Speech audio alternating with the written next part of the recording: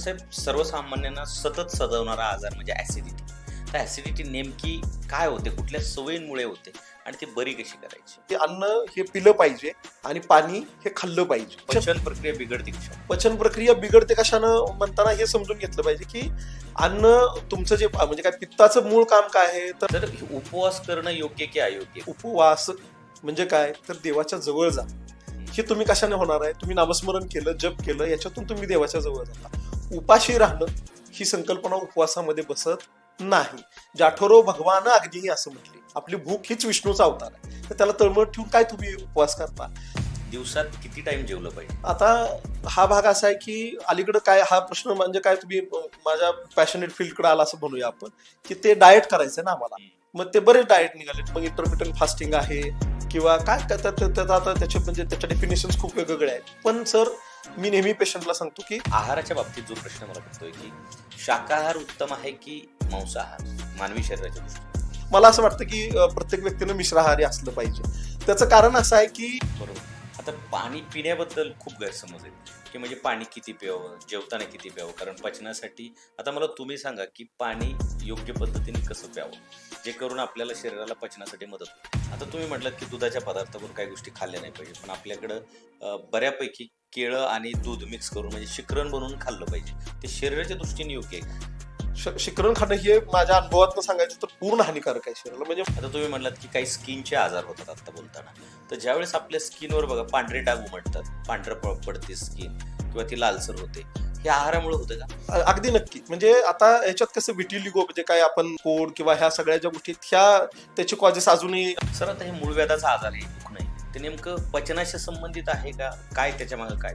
Generally आपण बघतो की त्याला अवघड जागचं दुखणं असं म्हटलंय. हा, बरोबर. पण ते दुखणं जरी अवघड जागी असलं तर त्याचं मूळ जे आहे ते तुमच्या पचनक्रियेमध्ये आहे. पोटात गॅस का होतो ना उपाय काय?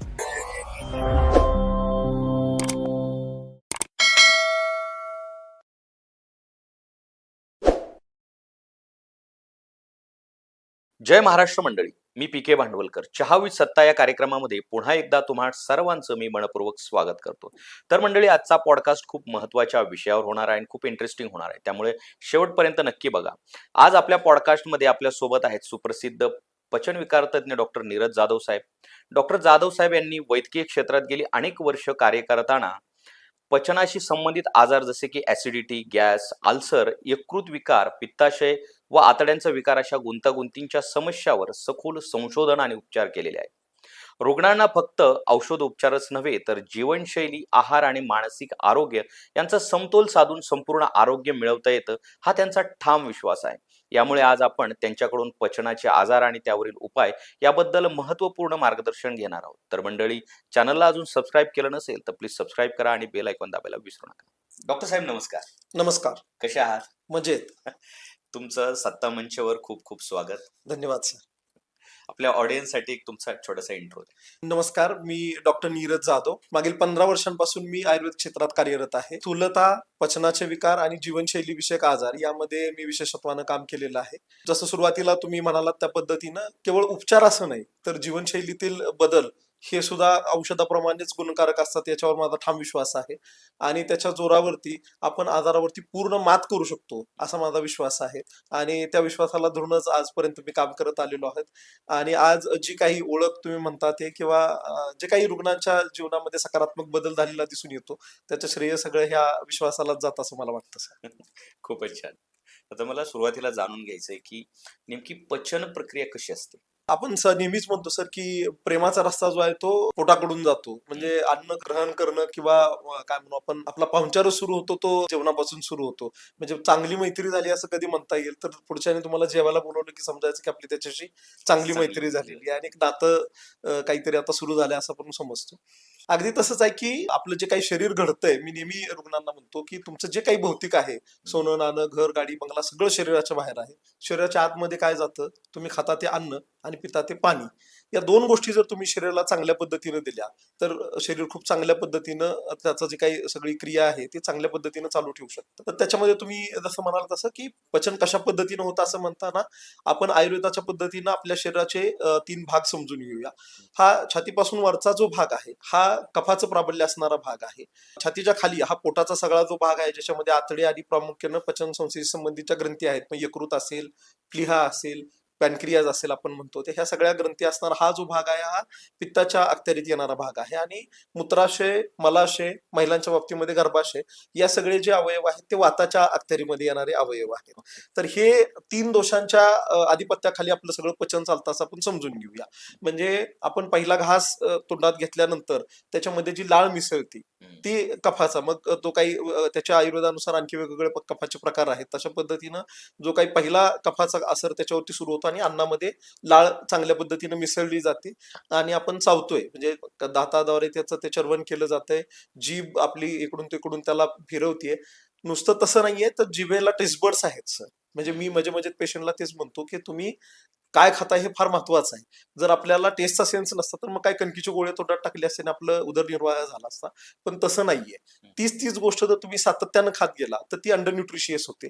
त्यामुळं जिभेचा जो चव हा भाग आहे तो आपल्या पचनक्रियेशी संबंधित आहे. जेवढी चव चांगली तितक्या चांगल्या पद्धतीनं लाळ स्त्रवली जाणार आहे आणि तशा पद्धतीनं अन्नामध्ये ती लाळ मिसळल्यानंतर पुढे अन्न पचन प्रक्रिया सोयीची होणार आहे. त्यामुळे तोंडामध्ये आपण हे बघितलं की कफाचं म्हणजे त्याच्यामध्ये लाळ मिसळली जाणार आहे अन्नामध्ये आणि मग ते लाळ मिश्रित अन्न जे आहे ते अन्ननलिकेच्या मार्फत पोटाकडे जाणार आहे. आता अन्ननलिकेकडून जात असताना याच्यामध्ये आपण ऍसिडिटीची जी काही तक्रार लोकांना जाणवते ते मध्ये ह्या अन्ननलिकेमध्येच जाणवते. त्याचं कारण काय आहे? ही ती अवस्था आहे की लाळ मिश्रित अन्न पुढे चाललेलं आहे पण अजून त्याच्यामध्ये ऍसिड मिसळलेलं नाहीये. तर इथं हा बदल सुरू होतो की तुमच्या पोटाच्या पिशवीमध्ये अन्न गेल्यानंतर त्याच्यामध्ये ऍसिड सिक्रिशन्स सुरू होतात. आपल्या सर्वांना माहिती आहे की स्टमकमध्ये हायड्रोक्लोरिक ऍसिड सिक्रिट होतं. त्याचं काम काय आहे तर फूड ब्रेकडाऊन करणं. आयुर्वेदानुसार धराल तर इथून पित्ताचं काम सुरू झालं आणि हे समजून घेतलं पाहिजे. आपल्याला कॉमन लँग्वेज मध्ये आता आपल्याला वाटतं की ते ऍसिडिटी होते. ऍसिडिटी होते म्हणजे काय होतं तर त्याचे हायड्रोक्लोरिक ऍसिड सिक्रिट होतंय पोटामध्ये. ते स्टमकच्याच म्युकोजाला फ्रेंडली आहे. म्हणजे फक्त पोटाच्या पिशवीमध्येच ते बनतंय आणि तिथल्याच त्वचेला ते फ्रेंडली आहे. ते जर वरती अन्ननलिकेकडे आलं तर आपल्याला इरिटेशन सुरू होतंय. ते म्हणजे आपल्याला जाणवणारी ऍसिडिटी आहे. पचन प्रक्रिया बिघडते कशामुळे? पचन प्रक्रिया बिघडते कशानं म्हणताना हे समजून घेतलं पाहिजे की अन्न तुमचं जे म्हणजे काय पित्ताचं मूळ काम काय आहे तर अन्नाचं पचन करणं हे पित्ताचं मूळ काम आहे. तर तुम्ही त्याला अन्न वेळेत दिलं तर तुमची पचनक्रिया बिघडणार नाही. बरोबर. पण तुम्ही जर अन्न वेळेत नाही दिलं, साधी गोष्ट आहे ना, घरामध्ये एक लहान मुलं आहे त्याला भूक लागली, तुम्ही भूक लागल्यानंतर त्याला खायला दिलं तर ते शांत बसणार आहे, नाही खायला दिलं तर ते दंगा करणार आहे. तितकी सहज सोपी गोष्ट आहे की तुमच्या स्टमक मध्ये जे पित्त सिक्रेट केलं होतंय, आमच्या आयुर्वेदामध्ये त्याला खूप छान म्हणलं की पित्त हे जावयासारखं आहे की थोडं काय झालं की बिघडलंच. तर तसं आहे की तुम्ही जर वेळेत तुम्ही आहार नाही घेतला तर जे पित्त अन्न पचवण्यासाठी आलेलं आहे ते तुम्हाला शरीराला त्रास द्यायला सुरुवात करतं.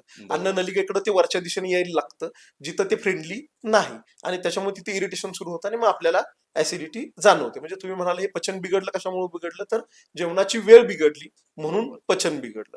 आपण पुन्हा कंटिन्यू करूयात की पण पोटापर्यंत आलो होतो. पोटामध्ये हायड्रोक्लोरिक ऍसिड त्याच्यामध्ये मिसळलं जातंय आणि हे ऍसिड जे आहे ते फूड ब्रेकडाऊन साठी मदत करत असतं. तिथून पुन्हा ऍसिड जे आहे ते आतड्याकडे त्याचा प्रवास सुरू होतो डिओडिनम मार्फत. पण डिओडिनमच्या ठिकाणी येऊन पॅनक्रियाज तुमचं बाईल डक्ट जे आहे म्हणजे यकृताकडनं आलेलं जे पित्त आहे, पॅनक्रियाजकडनं आलेले जे काही पाचकरस आहेत हे सगळे पुन्हा त्या अन्नामध्ये मिक्स होतात आणि मग हे असं अन्न आपल्या लहान आतड्याकडे आणि तिथून मोठ्या आतड्याकडे जाते. आतड्याचं प्रामुख्यानं काम काय आहे तर हे जे फूड ब्रेकडाऊन म्हणजे सगळं काय म्हणू आपण ऍसिड मिश्रित किंवा सगळे जे काही एन्झाईम्सनी फूड ब्रेकडाऊन केलेलं आहे त्याच्यातनं जो पोषक अंश शोषून घ्यायचा आहे ते काम आतड्यांचं आहे. ठीक आहे. तर त्या आतड्यामध्ये ते पोषकांश जो आहे तो शोषला जाणार आहे आणि मग ते त्यातून पोषकांश सगळं शोषून जे काही सगळं आलंय ते सगळं मलाशयामध्ये साठणार आहे आणि मग ऍनस म्हणजे आपण सकाळी टॉयलेटला गेलं की राहिलेलं जे काही आहे ते पोट छान साफ होऊन जाणार आहे. तर आपण नेहमी म्हणतो सर की ज्याला पोट साफ त्याला सगळं माफ. तर हे इतकं सोपं नाहीये. पोट छान साफ होणं म्हणजे पचन चांगलं होणं. पोट साफ होतं याचा अर्थ काय की तुमचं पचन चांगलं आहे. ऊसाचा पलीकडून चोथा पूर्ण कधी बाहेर पडतो तर त्याच्यातला सगळा रस बाहेर पडला म्हटलं की मग ऊसाचा चोथा पलीकडून बाहेर पडणार आहे. तसंच आहे की पोट छान साफ होणं हे म्हणजे तुमची पूर्ण पचनक्रिया चांगली असण्याचं द्योतक आहे असं म्हणता येतं सर. बरोबर. पण आता ह्या पचन संस्थेमध्ये अन्न किती वेळ राहतं, ही प्रोसेस किती वेळ चालते? हा, आता अन्नपचनाची जी प्रक्रिया आहे त्याला अगदी टाइम शेड्यूल लावावा अशा पद्धतीचा भाग नाहीये. पण फूड ब्रेकडाऊन जे आहे म्हणजे पोटातनं जे ऍसिड मिश्रित होऊन पुढे इंटेस्टाईन्स मध्ये जे अन्न जाते ही 6-8 तासापर्यंतची प्रक्रिया आहे. आणि तिथून पुढे ऍब्सॉर्प्शनचा कालावधी जो आहे तो अगदी 16-18 तासापर्यंतचा कालावधी. म्हणजे आज सकाळी खाल्लेली ज्या गोष्टी आहेत त्या आपल्याला दुसऱ्या दिवशी सकाळी पोट साफ होत असं इतका दीर्घ तो कालावधी आहे. कारण आपण ते लहान आतड्याचं आणि मोठ्या आतड्याचं जे काम बघतो त्याच्यामध्ये अगदी मायक्रोन्युट्रियन सगळे जे ऍब्सॉर्ब होतात हा सगळी अत्यंत काय म्हणू आपण वेळ खाऊ प्रक्रिया असं म्हटलं तर ते काही वावगं ठरत नाही. त्यामुळं अन्नपचन होणं ही काय दीर्घकालीन प्रक्रिया आहे. असं आपण नेहमी आपल्याला वाटतं की पाणी भरपूर पिलो म्हणून लगेच लघवीला होईल, भरपूर काहीतरी खाल्लं म्हणून टॉयलेटला, असं होत नाही. ते सगळं पूर्ण पचन क्रियेच्या मार्फत त्याच्यावरती प्रक्रिया होते आणि मग तुम्हाला सकाळी छान पोट साफ होते. त्यामुळे ही दीर्घकालीन 16-18 तासाची प्रक्रिया असं म्हटलं तर त्यात काही वावगं ठरणार नाही सर. आता तुम्ही मगा म्हटलात की योग्य वेळी खाल्लं पाहिजे. तर उपवास करणं योग्य की अयोग्य? कारण त्या दिवशी आपण काहीच खात नाही. अतिशय महत्वाचा आणि खरं तर रुग्णांना म्हणजे पोटतिडकीनं सांगावं असं वाटतं असा हा प्रश्न आहे. सगळ्यात सुरुवातीला सांगायला असं मला आवर्जून वाटतं कारण का की हा अध्यात्माशी संबंधित प्रश्न आहे. मग लोकांना वाटतं की डॉक्टर उपवास धरू नका म्हणलं की डॉक्टर नास्तिक आहेत का काय? तर तसं अजिबात नाही. मी स्वतः ह्या म्हणजे काय म्हणू आपण अध्यात्म ही गोष्ट मी स्वतः मानणार आहे. जे काही धर्मग्रंथ आहेत बऱ्याचशा धर्मग्रंथांचं मी स्वतः पारायण केलेलं आहे. पण आपण हे समजून घेत नाही सर. उपवास म्हणजे काय तर देवाच्या जवळ जा. हे तुम्ही कशाने होणार आहे? तुम्ही नामस्मरण केलं, जप केलं, याच्यातून तुम्ही देवाच्या जवळ जाता. उपाशी राहणं ही संकल्पना उपवासामध्ये बसत नाही. जाठरो भगवान अग्नी असं म्हटले. आपली भूक हीच विष्णूचा अवतार आहे. तर त्याला तळमळ ठेवून काय तुम्ही उपवास करता? आणि म्हणजे मी ज्यांच्याकडे आयुर्वेद शिकलो ते सर आम्हाला खूप छान सांगायचे सगळ्यात श्रेष्ठ धर्म कुठला आहे? तर शरीर धर्म सगळ्यात श्रेष्ठ आहे. बरोबर. लघवीला आल्यानंतर लहान मुलं विचार करतं का मी लोकांमध्ये आहे? ते लघवीला करून मोकळं होतं. तितकं नैसर्गिक आपण जगलं पाहिजे. तहान लागली पाणी पिलं पाहिजे, भूक लागली आपण खाल्लं पाहिजे, लघवी टॉयलेटला लागला आपण गेलं पाहिजे. तुम्ही उपवास धरला म्हणून तुम्हाला भूक लागत नाही असं होतं का? भूक तुम्हाला लागतेच. त्यामुळे उपवास हा शरीर दृष्ट्या अजिबात उपयोगाचा नाही. त्याच्या पुढची गोष्ट ऐकून घ्या. बऱ्याच वेळा लोकांचं पेशंटचं जस्टिफिकेशन मला येतं, नाही सर मी जरा पोटाला विश्रांती व्हावी म्हणून उपवास कारण घेतो. बरेच डॉक्टर सजेस्ट करतात हा, ना, की थोडी लंघन विश्रांती घ्या. लंघनम परम औषधम असं आयुर्वेदात सांगितलं की तुम्ही लंघन करा.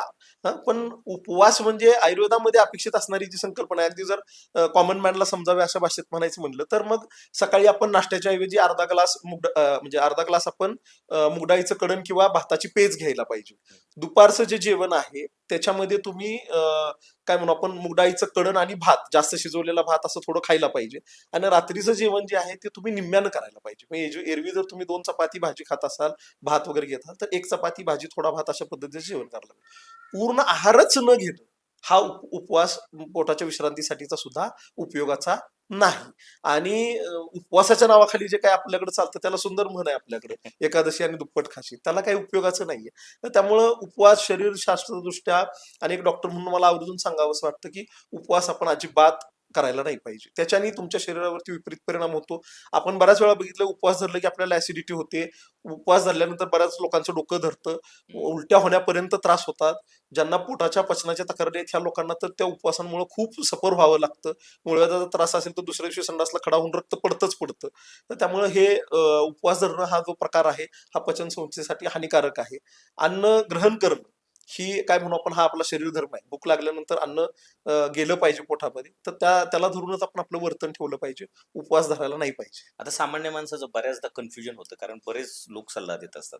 आता मला तुमच्याकडून ही गोष्ट जाणून घ्यायची की दिवसात किती टाइम जेवलं पाहिजे? आता हा भाग असा आहे की अलीकडे काय हा प्रश्न म्हणजे काय तुम्ही माझ्या पॅशनेट फील्डकडे आला असं म्हणूया आपण की ते डाएट करायचंय ना आम्हाला. मग ते बरेच डाएट निघालेत. मग इंटरमिटंट फास्टिंग आहे किंवा काय त्याचा आता त्याचे म्हणजे त्याच्या डेफिनेशन खूप वेगवेगळे आहेत. पण सर मी नेहमी पेशंटला सांगतो की दिवसात 3 वेळेला खाणं व्हायला पाहिजे. सकाळचा नाश्ता, दुपारचं जेवण आणि रात्रीचं जेवण असं 3 वेळा आपलं खाणं कंपल्सरी व्हायला पाहिजे. याचं कारण असं आहे की तुम्ही ऍसिड सिक्रेशनचं जे काही नेचर आहे, पोटामध्ये जे काही पित्ताचे स्त्राव होत आहेत हे कशा पद्धतीने होत आहेत ते समजून घेतलं पाहिजे. आयुर्वेदानुसार कसं आहे, दिवस रात्र वय सगळ्याच्या सुरुवातीला कफ आहे, मध्ये पित्त आहे आणि शेवटी वात आहे. तर म्हणूनच आम्ही एरवी पण पेशंटना ते सांगतो की तुम्ही रात्री लवकर झोपा आणि सकाळी लवकर उठा. रात्रीचा शेवटचा काळ जो आहे तो वाताचा आहे. त्यात जर तुम्ही उठला तर तुम्हाला छान प्रेशर येतं आणि छान पोट साफ होऊन जातं. तर तसा भाग आहे की सकाळी पोट पूर्ण साफ झाल्यानंतर तुम्हाला रात्रीचा ग्रहण केलेला आहार तुमचा पचून गेलेला आहे, म्हणजे ब्रेकडाऊन होऊन तो लहान आतड्याकडे मोठ्या आतड्याकडे गेलेला आहे. त्याच्यानंतर तुम्हाला पोट साफ झालेलं आहे. अशा परिस्थितीमध्ये पेरिस्टाल्सिस सुरू झाल्यानं ऍसिड सिक्रेशन सुरू होतं, म्हणजे नाश्त्याच्या वेळेला तुम्हाला भूक लागते. किंबहुना मी असं म्हणतो की ज्याला सकाळी छान पोट साफ झाले त्याला तिथून पुढे 1-1.5 तासात सडकून भूक लागायला पाहिजे, आणि लागत नसेल तर त्याचं पोट साफ होत नाहीये. तर त्यामुळे सकाळचा ब्रेकफास्ट हा फार महत्वाचा आहे. आता त्याच्यातले 2 पैलू समजून घेतले पाहिजेत. आयुर्वेदानं हा काळ जो आहे तो रसायन काळ सांगितलेला आहे. म्हणजे तुमच्या शरीराला ताकद देणारी जर कोणती गोष्ट तुम्हाला खायची असेल तर ती तुम्ही सकाळी नाश्त्याला खाल्ली पाहिजे, कारण तो रसायन काळ आहे. मी म्हणलं तसं, कारण पोट पूर्ण साफ आहे. तुम्ही रात्रीचा घेतलेला आहार पुढे निघून गेलेला आहे, पोट साफ झालेलं आहे, म्हणजे सकाळी तुम्हाला पोट साफ होऊन गेलेलं आहे. अशा परिस्थितीमध्ये जे तुम्ही खाताय ते खूप चांगल्या पद्धतीने ऍब्सॉर्ब होणार. तर काय खाल्लं पाहिजे अशा? हा, त्याच्यामध्ये तुमचा नाश्ता जो आहे त्याच्यामध्ये मग तुम्ही रव्याचा शिरा घेऊ शकता, उपमा घेऊ शकता, गव्हाचा दलिया आहे त्याच्यामध्ये त्याचा शिरा उपमा आपण बनवू शकतो. साऊथ इंडियन फूड मध्ये तुम्ही उडीद हा खूप पौष्टिक आहे, उडीद वडा घेऊ शकता. इडली डोसा कधीतरी खायला हरकत नाही. नॉनव्हेज खाणारे लोक असतील तर त्यांनी उकडलेलं अंड खाऊ शकतात, ऑमलेट खाऊ शकतात. नाश्ता जो आहे तो बदलून बदलून करायला पाहिजे. तोच नाश्ता उपयोगाचा नाहीये. मी सुरुवातीला म्हणलं तसं जिभेला टेस्ट बर्ड्स आहेत. तुम्ही तीच गोष्ट वारंवार खाल्ली की ती अंडर न्यूट्रिशियस होते. बदामाचा शिरा म्हणजे तुमचा काय मुगाचा शिरा आहे, बदाम तूप छान घालून केलेला आहे, आज खायला दिला, उद्या खायला दिला, परवा खायला दिला, चौथ्या दिवशी नॉशिया व्हायला सुरुवात होते. त्यामुळे कोणतीही गोष्ट असेल तर ती सातत्यानं खात गेलात की ती अंडर न्यूट्रिशियस होणार आहे. हे आणखी कुठं लागू होतं, मी सकाळी नाश्त्याला चपाती भाजी खाणार, दुपारी जेवणात मी चपाती भाजी खाणार, संध्याकाळी मी भाकरी भाजी खाणार, नाही. आपण आहारामध्ये म्हणजे डायव्हर्सिफिकेशन करायला पाहिजे. त्यामुळे सकाळचा नाश्ता जो आहे त्याच्यामध्ये ह्या सगळ्या अशा गोष्टी बदलून बदलून खाण्यामध्ये आल्या पाहिजेत. त्यामुळे हा नाश्ता हेल्दी व्हायला पाहिजे. नाश्त्याला जोडून आणखी एक प्रश्न आहे, लोक म्हणतात की मग आम्ही नाश्त्याला न्याहारी करू का? म्हणजे माझा तोच प्रश्न आहे की लोक जेवणच करतात. तर हे या लोकांना गॉलस्टोन्स होतात सर, पित्ताशयात खडे होतात. त्याचं कारण काय आहे की तुम्हाला सकाळी जी भूक लागलेली आहे नाश्त्याच्या वेळेशी, ही तुमचं पोट छान साफ झालंय, पोट मोकळं झालंय, त्यामुळे थोडं पेरिस्टाल्सिस सुरू झालेलं आहे आणि त्यामुळे ऍसिड सिक्रेशन्स आलेले आहेत अगदी हलक्या प्रमाणात. त्यामुळे तुम्हाला भूक लागली आणि त्यामुळे तुम्हाला नाश्ता करायचा. तर नाश्ता हा उडप्याची डिशच असला पाहिजे. ते खूप जास्त प्रमाणात नाश्ता करण्यानं तुमचं पेरिस्टाल्सिस पुन्हा मंदावणार आहे. आणि सूर्य डोक्यावरती आला नसेल की दुपारच्या वेळेला खूप चांगलं पित्त पोटाशी यायला सुरुवात होते. आधीच जर तुम्ही जेवण करून ठेवलेलं असेल तर पेरिस्टाल्सिस मंदावल्या कारणानं तुमची ऍसिड सिक्रेशन चांगल्या पद्धतीनं होत नाही. आणि दुसरा भाग कुठला आहे, मग ते लोक उदाहरण देतात की गावाकडे नाही का लोक म्हणजे शेतात न्याहारी करून जातात. ते न्याहारी करून कुठं जातात? शेतात जातात. आम्ही नाश्ता करून कुठे येऊन बसतो? खुर्च्यांमध्ये येऊन बसतो. त्यामुळं आपला नाश्ता हा उडप्याची डिशच असला पाहिजे. शेतात जाणाऱ्या माणसानं सकाळी दिवस उगवायला ते शेताकडे जातात आणि दुपारचं ऊन होईपर्यंत 70% जास्त काम त्यांनी उरकलेलं असतं. म्हणजे त्याला कॅलरीची जास्त गरज आणि श्रम आहे ना, त्याच्यामुळे त्यांनी न्याहारी करणं वेगळं. आणि आपण शहरी लोक आहेत, आपण कष्टाची कामं करत नाहीये. त्यामुळे आपला नाश्ता क्वालिटेटिव्ह चांगला असला पाहिजे, पण क्वांटिटी वाईज कमीच असला पाहिजे. तर त्यामुळे नाश्ता एकतर वेगवेगळा घ्यायला पाहिजे. आपल्याला जी काही धिरडं वगैरे हा जो प्रकार आहे, सगळ्या वेगवेगळ्या धान्याची बनणारी, हे घावणं बनवतात, हे सगळं सर हेल्दी आहे. किंवा अलीकडे आपण नवीन मुलं आपल्या भाज्या खात नाहीत म्हणून आपण जे भाज्या घालून पराठे करतो, मग पालकचा पराठा असेल, पनीर घालून केलेला पराठा असेल, हे सगळं नाश्त्याला हेल्दी आहे. तर अशा सगळ्या फक्त बदलून बदलून नाश्ता करायला पाहिजे. नाश्ता कंपल्सरी करायला पाहिजे. अशा पद्धतीचा नाश्ता.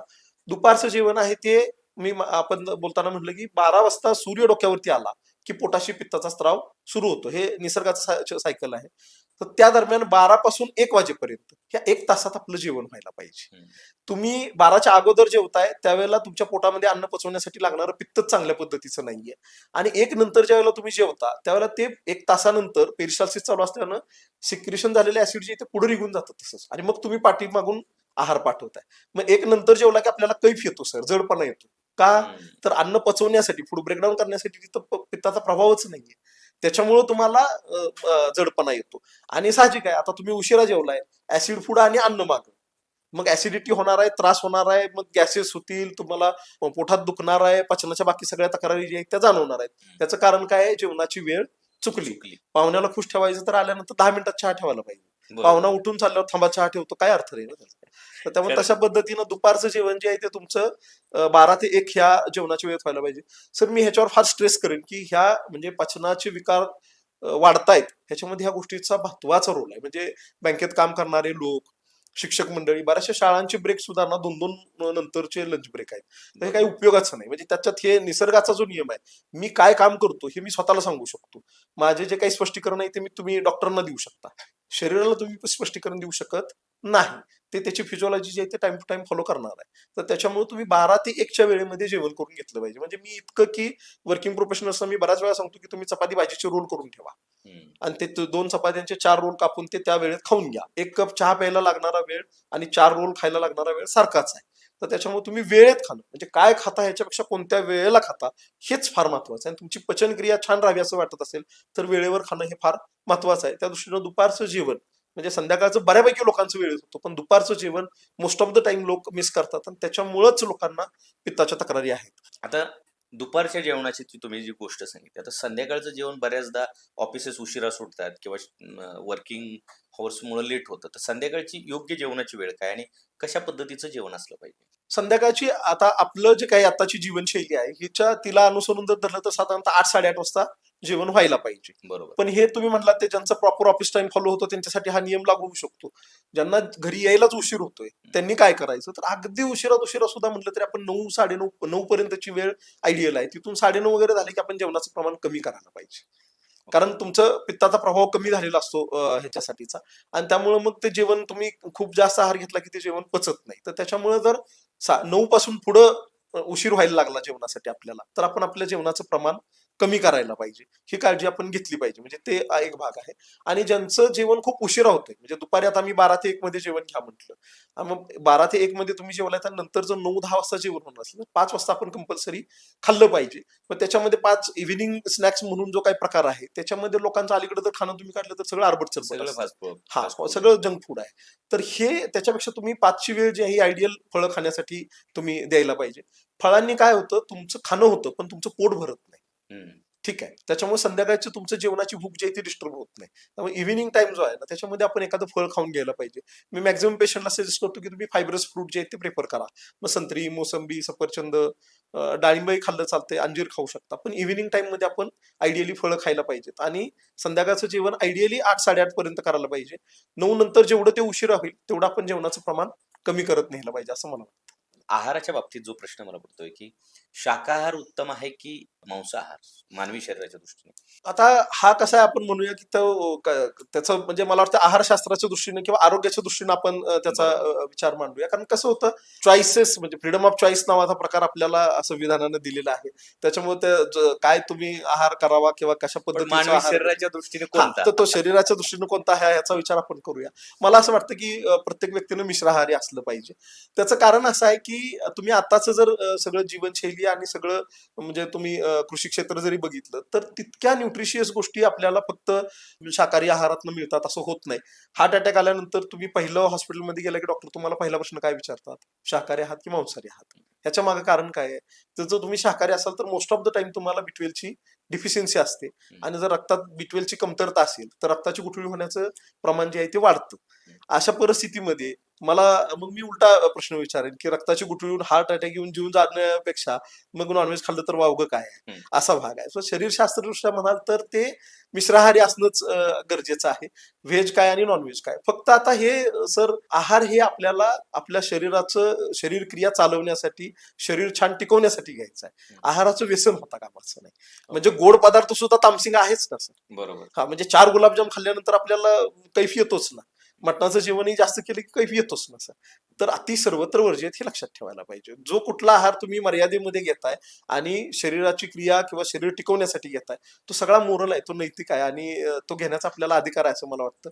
पोषण दृष्ट्या मला नक्कीच वाटतं की आपण मिश्राहारी असलं पाहिजे. कारण फक्त शाकाहारी अन्नामधून आपल्याला जे काही सगळं पोषण मिळायला पाहिजे ते मिळणं अलीकडच्या काळात तरी दुरापास्त आहे. म्हणजे दूधच बघा ना सर किती म्हणजे आपल्याला सगळं भेसळयुक्त दूध आहे. मग जर तुम्हाला ते कॅल्शियम प्रोटीन हे सगळं छान मिळायला पाहिजे तर ते मला नाही वाटत की आताचा जो काही बाजूचा आहार आपल्याकडे उपलब्ध आहे त्याच्यामधून फक्त शाकाहारी आहारामधून आपल्याला तशा पद्धतीने आपलं पोषण होईल. त्यामुळे संपूर्ण अन्न म्हटलेले हो पूर्ण अन्न आहे पण ते दूध तशा पद्धतीचं पाहिजे सर तर ते पूर्ण अन्न आहे. आता ते डेअरीतून येत आहे ना. आता डेअरीतून दूध येतं. मी नेहमी ते म्हणतो की आयुर्वेदानं तुम्हाला दूध घ्यायला सांगितलंय ते म्हणजे दूध गाईचं दूध सांगितलंय. आता हे आपण कसं अर्ध सत्य स्वीकारतो ना. म्हणजे ते दूध गाईचं म्हणजे आयुर्वेदाला देशी गाई अपेक्षित आहे. देशी गाईचं की दर्शी गाय हा महत्वाचा मुद्दा आहे. कारण समजून घ्या की देशी गाई जेवढं गवत खाते ते पचवण्यासाठी ती तेवढंच चालते. त्यामुळे तिचं दूध हलका आहे आणि म्हणून ते आयुर्वेदाने घ्यायला सांगितलेलं आहे. बरोबर. आता देशी गाईच्या तुलनेत म्हैस चालत नाही, खाते आणि बसूनच राहते, मग तिचं दूध गुरुगुणात्मक आहे, ते बरोबर. कफ वाढवणार आहे, ते शरीरामध्ये मेद वाढवणार आहे, म्हणून म्हैशीचं दूध नको म्हटले. पण मला विचारा तर जर्सी जातची हालत नाही सर. आणि आणखी माझे ऑब्झर्वेशन आहेत सर, ह्या जर्सी गाईंना जे काही हार्मोनचे इंजेक्शन दिलेले आहेत आणि किंवा जे त्याचा काही हे आहार केलं पण तर सगळंच म्हणजे ते काय म्हणू आपण अडल्ट्रेटेड Chemical युक्त आहे, आहार आहे. केमिकल युक्त आहार आहे. बऱ्याचशा पुरुषांमध्ये ज्यांनी जर्सीचं दूध पिलंय गायनेकोमॅस्टिया डेव्हलप होतो, म्हणजे स्तनाग्र जी आहे ती महिलांसारखी व्हायला लागते, इथपर्यंत ते हार्मोनचा इम्पॅक्ट येतोय. त्यामुळं बापरे. दूध पुरणार नाही म्हणणं बरोबर आहे, पण ते दूध कशा पद्धतीने येतंय, कुठून येतंय हे आपण बारकाईने बघितलं पाहिजे आणि मग तशा पद्धतीचं दूध घेतलं गेलं पाहिजे. आता बऱ्याचदा डॉक्टर सांगतात, म्हणजे काही शाकाहारी लोक आहेत आपल्याकडे सगळे, पण ज्यावेळेस ऑपरेशनची वेळ येते किंवा कधी हाड मोडतं कुठल्या ऍक्सिडेंटनी, तर लोक म्हणतात, म्हणजे डॉक्टर साहेब म्हणतात की तुम्ही मांसाहार करा किंवा अंडे वगैरे खा. मग हे आहाराच्या दृष्टीने योग्य आहे? अगदी ना, तर जितकं रिच किंवा सहज प्रोटीन तुम्हाला अंड्यांमधून उपलब्ध होतंय किंवा मांसाहारातून उपलब्ध होतंय ते त्याला काय म्हणू आपण, तेवढा अल्टरनेटिव्ह स्ट्रॉंग सोर्स जो आहे तो तुम्हाला शाकाहारी अन्नातून उपलब्ध होत नाही. अशा परिस्थितीमुळे तर डॉक्टर म्हणतात की तुम्ही हे सगळं घ्यायला पाहिजे. आणि ते काय पण पुन्हा तेच आहे की तुम्ही तुमच्या शरीराला टिकवण्यासाठी म्हणून जे घेताय ते सगळं तुम्हाला हेल्दी आहे 100% ना. त्यातनं मिळणारे जे काही प्रोटीन कंटेंट आहे, जेवढा आपल्याला काय म्हणू आपण मांसाहारात किंवा अंड्यांमधून मिळतो, तेवढं अल्टरनेटिव्ह तुम्हाला तितकं स्ट्रॉंग. आपण सांगतो ना पेशंटना, जे खाणारच नाहीत म्हणतात त्यांना मग सांगतो की बाबा पनीर खाण्यामध्ये ठेवा, दूध प्या, हेल्दी फॅट जे आहे बटर, लोणी हे सगळं खाण्यामध्ये ठेवा, ह्याच्यातून तुम्हाला ह्या बाकीच्या गोष्टी मिळतील. सोयाबीन आहे समजा, आहेच अल्टरनेटिव्ह आहेत, पण अगदी मांसाहार इलिमिनेट करावा हे मला पोषण दृष्ट्या तितकंसं योग्य वाटत नाही. आता तुम्ही म्हटलं की पनीरचं, आता सध्या जी बातम्या येत आहेत किंवा सरकारने पनीरवर टेस्टिंगच्या ह्या गोष्टी केल्यात की त्यात खूप भेसळ आहे, म्हणजे युरिया आहे किंवा डिटर्जंट पावडर आहे. पनीर आजचं खायला पाहिजे का नको? डॉक्टरांना जर असा प्रश्न विचारायचा म्हणलं तर डॉक्टरांना म्हणजे मोठं एक हे यक्ष प्रश्न आहे असं म्हणलं तर हरकत नाही. कारण काय आहे सर, आता भाज्या खाताना फ्लावर खा म्हणतो आम्ही, फ्लावरची भाजी खायला चालतीये, म्हणजे युरिक ऍसिड वाढत असणाऱ्या लोकांना फक्त कोबी वगैरे आम्ही किंवा हे जर अवॉइड करा म्हणतो.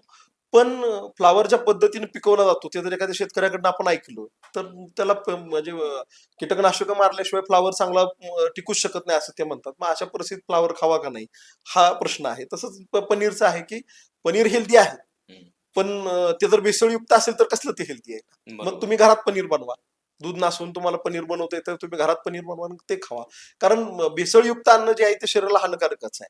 म्हणजे पचनाच्या तक्रारी अलीकडे खूप जास्त वाढत आहेत, ह्याच्यामध्ये ह्या गोष्टीचा मोठा रोल आहे ना. कारण हे सगळं अन्न जे आहे ते सगळं भेसळयुक्त येतंय. आणि आपण ह्या ज्या हायब्रिड प्रजाती ज्या आल्या सगळ्या पिकांच्या, त्यातनं सर कितीसा कस मिळतो हे मोठं प्रश्नचिन्ह आहे. तर त्याच्यामुळं अन्न जे आहे ते काय म्हणू आपण शक्य तितकं सेंद्रिय असावं. मी काय म्हणू आपण पचन विकारामध्ये काम करतो म्हणून मी बऱ्याच वेळा मी आता लोकांना म्हणतो की आता इथून पुढे खरा श्रीमंत कोण, इलाइट कोणाला म्हणायचं, तर ज्याच्याकडे स्वतःची काही अर्धा एकर एकरभर जमीन आहे, तो स्वतःचं धान्य स्वतःसाठी लागणारा भाजीपाला स्वतः पिकवतो आणि तो खातो, तो खरा श्रीमंत इथून पुढच्या काळामध्ये. कारण काय सर की म्हणजे तुम्हाला उत्तम म्हणजे माझ्याकडे कदाचित काय म्हणू आपण बेस्ट डायमंड्स आहेत, पण मी ते डायमंड खाऊ शकत नाही सर. बरोबर. माझ्याकडे सगळ्यात काय म्हणू आपण पैसा खूप आहे, चांगला पैसा. पैसा आहे, पण त्या नोटांनी पोट नाही भरू शकत. तुम्हाला आरोग्यदायी आहार मिळणं हे फार महत्वाचं आहे. आणि त्या दृष्टीनं मला असं वाटतं की इथून पुढं शेती व्यवस्थेवरती किंवा ज्या काही पद्धतीचं ते सगळं कीटकनाशकांचा वापर किंवा हे बी बियाणे जे काही वाण आहेत ह्याच्यावरती काम होणं आरोग्यदृष्ट्या सुद्धा खूप गरजेचं आहे. व्यवस्थात्मक हा प्रश्न आहे, पण ते व्हायला पाहिजे हे मात्र नक्की. कारण त्याच्याने खरंच बऱ्याच गोष्टी बदलतात. म्हणजे तुम्ही बघता, आम्ही त्या पिढीतले आहोत की ज्यांनी आपण आपले आजी आजोबा पाहिले आणि 90-90 वर्ष हे लोक जगले. मग ह्यांना लक्ष द्यायला कोणी पोषण विकार तज्ञ म्हणजे पचन विकार तज्ञ कोणी नव्हते, ह्यांना कोणी डायटिशियन नव्हते. हे घरात जे बनतं म्हणजे आम्ही तो कुरड्यांचा चिक खाल्ला सर गव्हाचा. खाल्लंय ना. म्हणजे ह्या साध्या गोष्टी आहेत तसं, पण तो गहू पण तसा होता.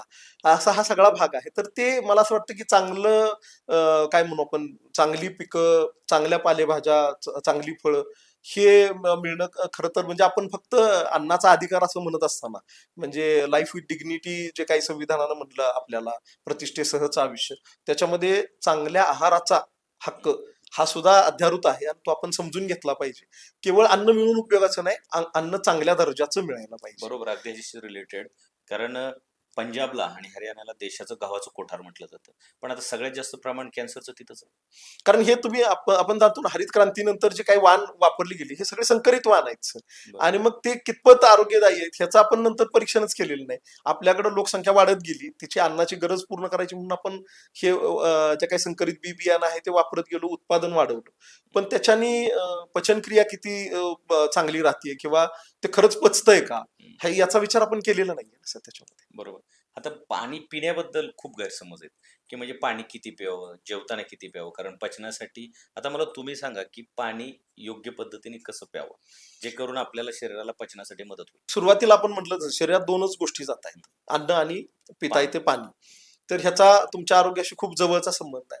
पाणी म्हणजे तुमच्या सगळ्याच क्रियांसाठी, म्हणजे अन्न काय म्हणू आपण, चावलेलं अन्न चांगल्या पद्धतीनं मऊ व्हावं यासाठी, ते तिथून पुढं अन्न नलिकेतून पोटाकडे जावं यासाठी, किंवा सगळं मोठ्या लहान आतड्यामध्ये त्याचं ऍब्सॉर्प्शन चांगलं व्हावं, ह्या सगळ्यासाठी पाणी गरजेचं आहे. म्हणजे पचन क्रियेमध्ये पाणी पिण्याचा रोल खूप महत्वाचा आहे. मी नेहमी म्हणतो की पोट साफ न होणारे लोक म्हणजे तेच दोन लोक आहेत जे वेळेवर जेवत नाहीत आणि पाणी व्यवस्थित पित नाहीत. पीत नाही. जे वेळेवर जेवण करतात आणि पाणी व्यवस्थित पितात त्यांना छान पोट साफ व्हायला पाहिजे. त्यात व्यायामाचा अंतर्भाव असला पाहिजे हे आहे, पण पाणी पिणं खूप महत्वाचं आहे. तर पाणी जे आहे ते सर दिवसभरात साधारणतः 3.5 ते 4 लिटर पर्यंत पाणी आपलं पिणं व्हायला पाहिजे. एवढं पाणी प्यायचं आहे म्हणजे थोडं थोडं पाणी वारंवार प्यायचं आहे. बऱ्याच वेळा लोक ते अभिमानानं सांगतात की मी सकाळी उठल्यानंतर तांब्यावरून पाणी पितो. हे चूक आहे. एवढं जास्त पाणी एकदम पिल्यानंतर ऑप्टिक नर्ववरती तुमच्या प्रेशर येतं, ग्लॉकोमा म्हणजे काच बिंदू होतो त्या लोकांना उतार वयामध्ये. त्यामुळे एकदम फार पाणी पिणं उपयोगाचं नाही. एका वेळेला 1 ग्लासपेक्षा जास्त पाणी प्यायचं नाही. पाणी पिताना ग्लास बॉटल जे काही आहे त्याला तोंड लावून पाणी प्यायचं, वरून पाणी प्यायचं नाही. वरून पाणी पिताना पाण्यामध्ये लाळ मिसळली जात नाही. ज्या पाण्यामध्ये लाळ मिसळली जाणार नाही ते पाणी पचायला जड होणार आहे. आपली पचनाची प्रक्रिया जी आहे ती त्या असं पाणी वरून पिल्यामुळे ती मंदावणार आहे. तर पाणी हे तोंड लावूनच पिलं गेलं पाहिजे. म्हणजे कन्क्लूड करायचं पुन्हा तर दिवसभरात 3.5 लिटर पर्यंत पाणी प्यायला पाहिजे. थोडं थोडं पाणी वारंवार प्यायला पाहिजे. एका वेळेला 1 ग्लासपेक्षा जास्त पाणी प्यायला नको. पाणी पिताना ग्लास बॉटलला तोंड लावून पाणी प्यायला पाहिजे. जेवताना 1 ग्लास पाण्याबरोबर जेवण संपवायचं आहे. हे पाणी जेवणाच्या मध्ये मध्ये प्यायचं आहे. जेवणाच्या शेवटी पाणी प्यायचं नाही. जेवण संपलं की हात धुवायचा आणि त्यानंतर अर्ध्या तासानंतर 1 ग्लास पाणी प्यायचं. इथं आपले लोक काय करतात, दोन टोकाचे दोन लोक दिसतात. एकतर जेवणात अजिबातच पाणी पित नाहीत, मग यांना संडासला खडा होतोय आणि मुळाचे त्रास सुरू होत आहेत. आणि दुसरे आहेत जे तांब्या तांब्या पित आहेत, मग हे जाड होत आहेत. ह्यांचं अन्नपचन मंदावते, कारण ते ऍसिड आहे ना शेवटी स्टमक मध्ये. अग्नी, आपण सोप्या भाषेत काय म्हणतो, अग्नी आहे, यज्ञ पेटलाय, अन्नाची आहुती दिली आणि भसभस भसभस तुम्ही पाणी ओतलं, तर तो यज्ञ त्याच्यामुळे काय विजार आहे ना तो. तशा पद्धतीने की ते स्टमक ऍसिड आहे. तुम्ही खूप जास्त पाणी पिलात की तुमची पचन प्रक्रिया मंदावून जाणार आहे. त्यामुळे जेवणात पाणी तुम्हाला किती घ्यायचं आहे तर ते 1 ग्लास पाणी प्यायचं आहे. जेवण संपल्यानंतर अर्ध्या तासानंतर पुन्हा 1 ग्लास पाणी तुम्ही पिऊ शकता. तर हे पाणी पिण्याचं प्रमाण किंवा पद्धत अशा पद्धतीची असली पाहिजे. याच्यामध्ये वर्कआउट करणारे जे लोक आहेत सर, त्यांनी वर्कआउट दरम्यान जे पाणी पितायत ते ह्या पाण्यामध्ये धरायला नाही पाहिजे. म्हणजे 3-3.5 लिटर जे पाणी तुम्हाला प्या म्हटलंय ते तुमचं वर्कआउट, तुम्ही चालताय किंवा जिम मध्ये व्यायाम करताय त्यावेळेला जे तुम्ही पाणी पिताय ते तुमच्या शरीर श्रमासाठी वापरलं जाते. तर ते सोडून साधारणतः हे अशा पद्धतीने पाणी पिणं व्हायला पाहिजे. काही लोक जेवणाच्या अगोदरच भरपूर पाणी पितात. आपण सोपं उत्तर आहे ना की तुमच्या ऍसिड सिक्रेशन सुरू झाले तर तुम्ही आधी पाणी पिऊन घेतलंय, म्हणजे ते अयोग्य आहे. अयोग्य आहे. जेवणाच्या सुरुवातीला पाणी पिणं म्हणजे 1 घोट पाणी पिऊ शकता. अन्ननलिका कोरडी आहे तर अन्न जाताना तुम्हाला ठसका लागू शकतो, होऊ शकतो, म्हणून एक घोट तुम्ही पाणी पिऊ शकता आणि जेवण सुरू करू शकता. पण ते खूप जास्त पाणी पिणं हे पचनाच्या दृष्टीनं पण आणि आरोग्याच्या दृष्टीनं पण चुकीचं आहे. आहार घेताना सुद्धा सांगितलं ना, जनरली आपण बघितलं की सुरुवातीला एक भाताचा आणि घास खायला पाहिजे, म्हणजे पहिलं मृदू अन्न गेलं पाहिजे आणि मग तुम्ही भाकरी भाजी आणि असं ते जेवण सुरू करून मग शेवटी पुन्हा भात वरण किंवा असं खायला पाहिजे. पण सुरुवातीला एखादा घास भाताचा खाल्ला गेला म्हणजे पाहिजे. हलकं सुरुवात खाल्लं हा मृदू अन्न पहिलं गेलं पाहिजे, हा भाग त्यातला आहे. आणि 1 घोट पाणी, कारण अन्ननलिका कोरडी आहे म्हणून एकाच घोट पाणी पिणं सुरुवातीला ठीक आहे. पण खूप जास्त ग्लासभर पाणी पिऊन मग जेवायला ते अत्यंत चुकीचं आहे. तर तसं नाही करायला पाहिजे. आता आहाराचे जे आपण म्हणतो तामसी आहार, आहाराचे किती प्रकार आहेत? आहाराचे प्रकार म्हणजे आपले मानसभाव जे होत आहेत सात्विक, राजस आणि तामस, हे हे त्या काय म्हणू आपण आहारातनं घडतायत सर. तर ते अन्न तशा पद्धतीचं आहे असं म्हणायला मी म्हटलं ना, गुलाबजाम मधुर रस हा माऊलींनी सात्विक सांगितला ना, तर 1 गुलाबजाम खाल्ला की तो सात्विक आहे. 3-4 बाउल वरून खाल्ली की ते तामसिक आहे सर. तर त्यामुळं अन्न वाईट नाही, तुम्ही किती प्रमाणात घेता ह्याच्यावरती त्याचा परिणाम कसा होणार हे ठरलेलं आहे. आता याला जोडून मला तुम्हाला दोन गोष्टी आवर्जून म्हणजे आहारविधी विशेष आहे तर नावाचा प्रकार आयुर्वेदामध्ये खूप छान सांगितलेला आहे. तर अन्नपचन चांगलं व्हावं ह्यासाठी काय करायला पाहिजे म्हणजे कशा पद्धतीनं जेवण करायला पाहिजे. तुम्ही म्हणालात ना की आहार कसा आहे, तर ते आहार कसा असायला पाहिजे हे छान आयुर्वेदामध्ये सांगितलेलं आहे. त्याचा एक छान श्लोक आहे. उष्ण स्निग्ध मात्रावत जीर्णे वीर्याविरुद्धम इष्ट देशे इष्ट सर्वोपकरणम नाती द्रुतम नाती विलंबितम अजल्पन अहसन तन्मना भुंजित आत्मानम. म्हणजे काय, उष्ण जेवण गरम असलं पाहिजे, स्निग्ध त्याच्यामध्ये तेल तुपाचा अंश व्यवस्थित असला पाहिजे, मात्रावत म्हणजे योग्य प्रमाणात घ्या. आवडीचं आहे म्हणून भरपूर खाल्लं ना आवडीचं आहे म्हणून अगदीच कमी खाल्लं तसं नको. मात्रावत जीर्ण पहिलं अन्न पचलंय का नाही त्याचा विचार करा आणि मग जेवण करा. आताच जेवण झालं होतं पण कुणीतरी जिलेबी समोर आणून ठेवली, नको. बरोबर. आपलं पोट भरलंय तर जीर्ण. वीर्य विरुद्ध म्हणजे याच्यामध्ये दूध आणि फळं एकत्र करून खाऊ नये. केळीचं शिकरण, फ्रूट सलाड, मिल्कशेक. त्वचेचे विकार असणारे रुग्ण तुम्ही आयसोलेट करा, तुम्ही त्यांना प्रश्न विचारा. मोस्ट ऑफ लोकांची हे असलं काहीतरी खाण्याची सवय असते, ठीक आहे. नॉनव्हेज आणि दही एकत्र करून नाही खायला पाहिजे. त्याच्यानंतर म्हणजे जे आपल्याला नजरेला बघायला खराब वाटतं नसं, दूध भात मीठ टाकून खातात लोक, दूध भात तिखट टाकून खातात, तर हे दिसायला जे खराब आहे ते सगळं शरीराला सुद्धा खराब आहे. तर ते हे बरोबर. विरुद्ध अन्न हा जो प्रकार आहे तर वीर्य विरुद्ध मग हे दूध आणि फळ एकत्र खाऊ नये, दूध आणि मीठ एकत्र करून खाऊ नये, नॉनव्हेज आणि दही एकत्र खाऊ नये. तर ते काय म्हणू पण पाककला वेगळ्या असतील पण आहारशास्त्र आरोग्यशास्त्र याचा विचार करून आपण आहार ग्रहण करायला पाहिजे. तर ते विरुद्ध अन्न खाण्यामध्ये नको. वीर्य इष्ट देशे इष्ट सर्व उपकरण. सुंदर ताट आहे पण अत्यंत गलिच्छ जागी खायला वाढले, जाईल का जेवण तुम्हाला? नाही जाणार. हा, तर ते इष्ट देशे म्हणजे चांगल्या ठिकाणी बसून लागणारं सगळं घेऊन जेवायला बसा. नाती द्रुतम नाती विलंबितम म्हणजे अगदीच तुम्ही रेंगळत जेवण करताय असंही नको आणि भरभर भरभर भरताय असंही नको. तुम्ही डायबिटीसच्या लोकांचा जेवणाचा वेग निम्म्याने कमी करा, तिकडे शुगर लेवल डाऊन व्हायला सुरुवात होते. म्हणजे प्रत्येक घास चावून खाणं फार गरजेचं आहे. आमचे सर तेच म्हणायचे की अन्न हे पिलं पाहिजे आणि पाणी हे खाल्लं पाहिजे. म्हणजे अन्न इतकं चावा, इतकी लाळ त्याच्यामध्ये मिक्स होऊ द्या की तुम्ही पाणी पिताय असं वाटलं पाहिजे आणि पाणी इतकं चव घेऊन प्या की तुम्ही अन्न ग्रहण करताय असं वाटलं पाहिजे. मग हे नाती द्रुतम नाती विलंबितम अजलपण जेवणाच्या मध्ये मध्ये थोडं पाणी पिलं पाहिजे. आणि सगळ्यात महत्वाचं शेवटचं आहे तन मना भुंजित आत्मानं. तुमचं मन चित्त सगळं एकाग्र करून जेवा, कारण ही शारीरिक मानसिक अशी अन्नग्रहण प्रक्रिया आहे. तुम्ही बिर्याणी बघितली की तोंडाला पाणी सुटतं, लोणचं बघितलं की तोंडाला पाणी सुटतं, किंवा कशाच तरी वास आला की तोंडाला पाणी सुटतं. तोंडाला पाणी सुटतं म्हणजे काय होतं, लाळ यायला सुरुवात होते ना. म्हणजे तुम्ही काय बघताय, काय वास घेताय ह्याचा आणि तुमच्या पचन क्रियेचा संबंध आहे. मग इकडे जेवण चाललंय तिकडे टीव्हीवर खून करायचं चाललंय, मग सलायवेशन होईल का फिअरचे हार्मोन सिक्रेट होतील. बरोबर. मग आपण हे समजून घेतलं पाहिजे की जेवण करताना मोबाईल कंपल्सरी बाजूला ठेवला पाहिजे, एकाग्र चित्ताने जेवण करायला पाहिजे. इकेगाई नावाचं एक जपानीज लोकांच्या हॅपीनेस सिक्रेट वरचं पुस्तक आहे, त्याच्यात त्यांनी तो छान मुद्दा सांगितलाय की ब्रेड ऑमलेट खाणारा माणूस जर टीव्ही बघत खात असेल, त्याचं ते खाऊन झालं की खाऊन झाल्यानंतर त्याला विचारायचं की त्या ऑमलेटमध्ये ऑनियन होतं का, तर ते त्याला सांगता येत नाही. मग मला सांगा तुम्ही ग्रहण केलेल्या आहाराला काय अर्थ आहे. तर बरोबर. त्यामुळे तुमचं मन चित्त सगळं एकाग्र करून तुम्ही आहार घेतला पाहिजे. अशा पद्धतीचं म्हणजे आहार कसा असावा किंवा कसा घ्यावा ह्याचं स्पष्टीकरण याच्यामध्ये तुम्हाला मिळतं. डॉक्टर साहेब, आता आताच सध्या वर्क फ्रॉम होम दिलेलं आहे बऱ्याच लोकांना. ते लॅपटॉप चालू करून जेवतात किंवा घरात महिला पण टीव्ही चालू करून सिरियल बघत बघत जेवतात. लहान मुलं मोबाईल बघत बघत जेवतात. ह्याचा काय परिणाम होतो पचन संस्थेवर एकंदर, किंवा हे योग्य आहे की अयोग्य आहे? पचन क्रिया किंवा म्हणजे आहार ग्रहण करणं हा फक्त काय एक काम आहे आणि संपवलं अशा पद्धतीचं नाहीये. तर तो शारीर मानस भाव आहे. मगाशी बोलताना मी तुम्हाला म्हणलं की लाळ स्त्रवण्याची जी प्रक्रिया आहे, तुम्ही जर काही वास घेतला, काही पाहिलं, तर त्याच्यामुळे जर तुम्हाला लाळ स्त्रवत असेल, तोंडाला पाणी येणं ही गोष्ट होत असेल, तर तुमचं लक्ष कुठं आहे ह्याचं महत्वाचा रोल आहे ना तुमच्या जेवणामध्ये किंवा तुमच्या पचन क्रियेमध्ये सगळ्या. अशा परिस्थितीमध्ये हे वर्क फ्रॉम होम जरी असलं आणि काही जरी असलं तरी मला वाटतं की जेवणासाठीची 10 मिनिटं आपण काढायला पाहिजे. 10 मिनिटं सुद्धा नाही, अगदी 5-7 मिनिटांमध्ये तुम्ही जेवण करू शकता. ब्रेक दुपारचा जो आहे तो. पण जेवण हे एकाग्र चित्तानंच व्हायला पाहिजे, कारण तुमचे जे काही ऍसिड सिक्रेशन म्हणूया किंवा तोंडामध्ये लाळ येणं हे सगळ्या ज्या प्रक्रिया आहेत ह्या तुमच्या सगळ्या काय म्हणू आपण एक रिफ्लक्स असल्यासारख्या गोष्टी आहेत ह्या सगळ्या, आणि त्याच्यासाठी तुम्ही एकाग्र असणं फार गरजेचं आहे. त्यामुळे जेवण हे जे आहे ते एकाग्र चित्तानं व्हायला पाहिजे. हे वर्क फ्रॉम होम करणारे लोक, मोबाईल घेऊन जेवण करणारे लोक ह्यांचं पचन बिघडलेलं असतंच. आपल्याला हो लहान मुलांमध्ये आपल्याला ते जाणवतं. कॉन्स्टिपेशन आहे अलीकडं लहान मुलांमध्ये, हा कॉन्स्टिपेशनचा इश्यू खूप वेळा पाहायला मिळतो, कारण त्याचं तुम्ही म्हणला ते ह्या बारक्याला अगदी म्हणजे तुम्ही सांगितलेल्या पण लहान लहान बाबी आहेत की ही मुलं जर ते टीव्ही बघत जेवत असतील तर घासाच्या मध्ये पाणी प्यायला पाहिजे ह्याचा त्यांना विसर पडून जातो. एकाग्र चित्तानं जेवत नाही त्यामुळे त्यांना ते लक्षात येत नाही. चावत नाहीत गिळताय. त्या टीव्हीकडं किंवा त्या कार्टूनकडे पाहण्याच्या नादात ते खाल्लेलं अन्न न पूर्ण न चावता तसंच गिळतायत. मग का मुलांची पोट बिघडणार नाहीत, का त्यांची पोट दुखणार नाही? तर हे वर्क फ्रॉम होम काय, मोबाईल काय आणि टीव्ही काय, यातली कुठलीही गोष्ट जेवताना आपल्याला जवळ नको आहे. आपल्याला जेवण हे पूर्ण एकाग्रचित्तानेच करायचं आहे. मी आहार विशेष आहे त्यांचा जो श्लोक सांगितला त्यात शेवटचं होतं ना, तन मना भुंजित आत्मा, मन चित्त सगळे एकाग्र करून जेवण करायला पाहिजे.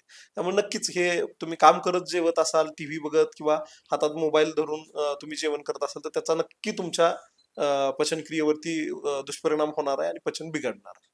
आता सलाड म्हणतो आपण, की काकडी असन, मुळा असन, गाजर असन, बीट असन, हे जेवणापूर्वी खाल्लं पाहिजे म्हणजे त्याच्यातून फायबर मिळतं. आता हे काय तुमच्या दृष्टीने कसं? अगदी शब्दात पकडाय तुम्ही जेवणापूर्वी म्हणालात तर ते तसं नाहीये.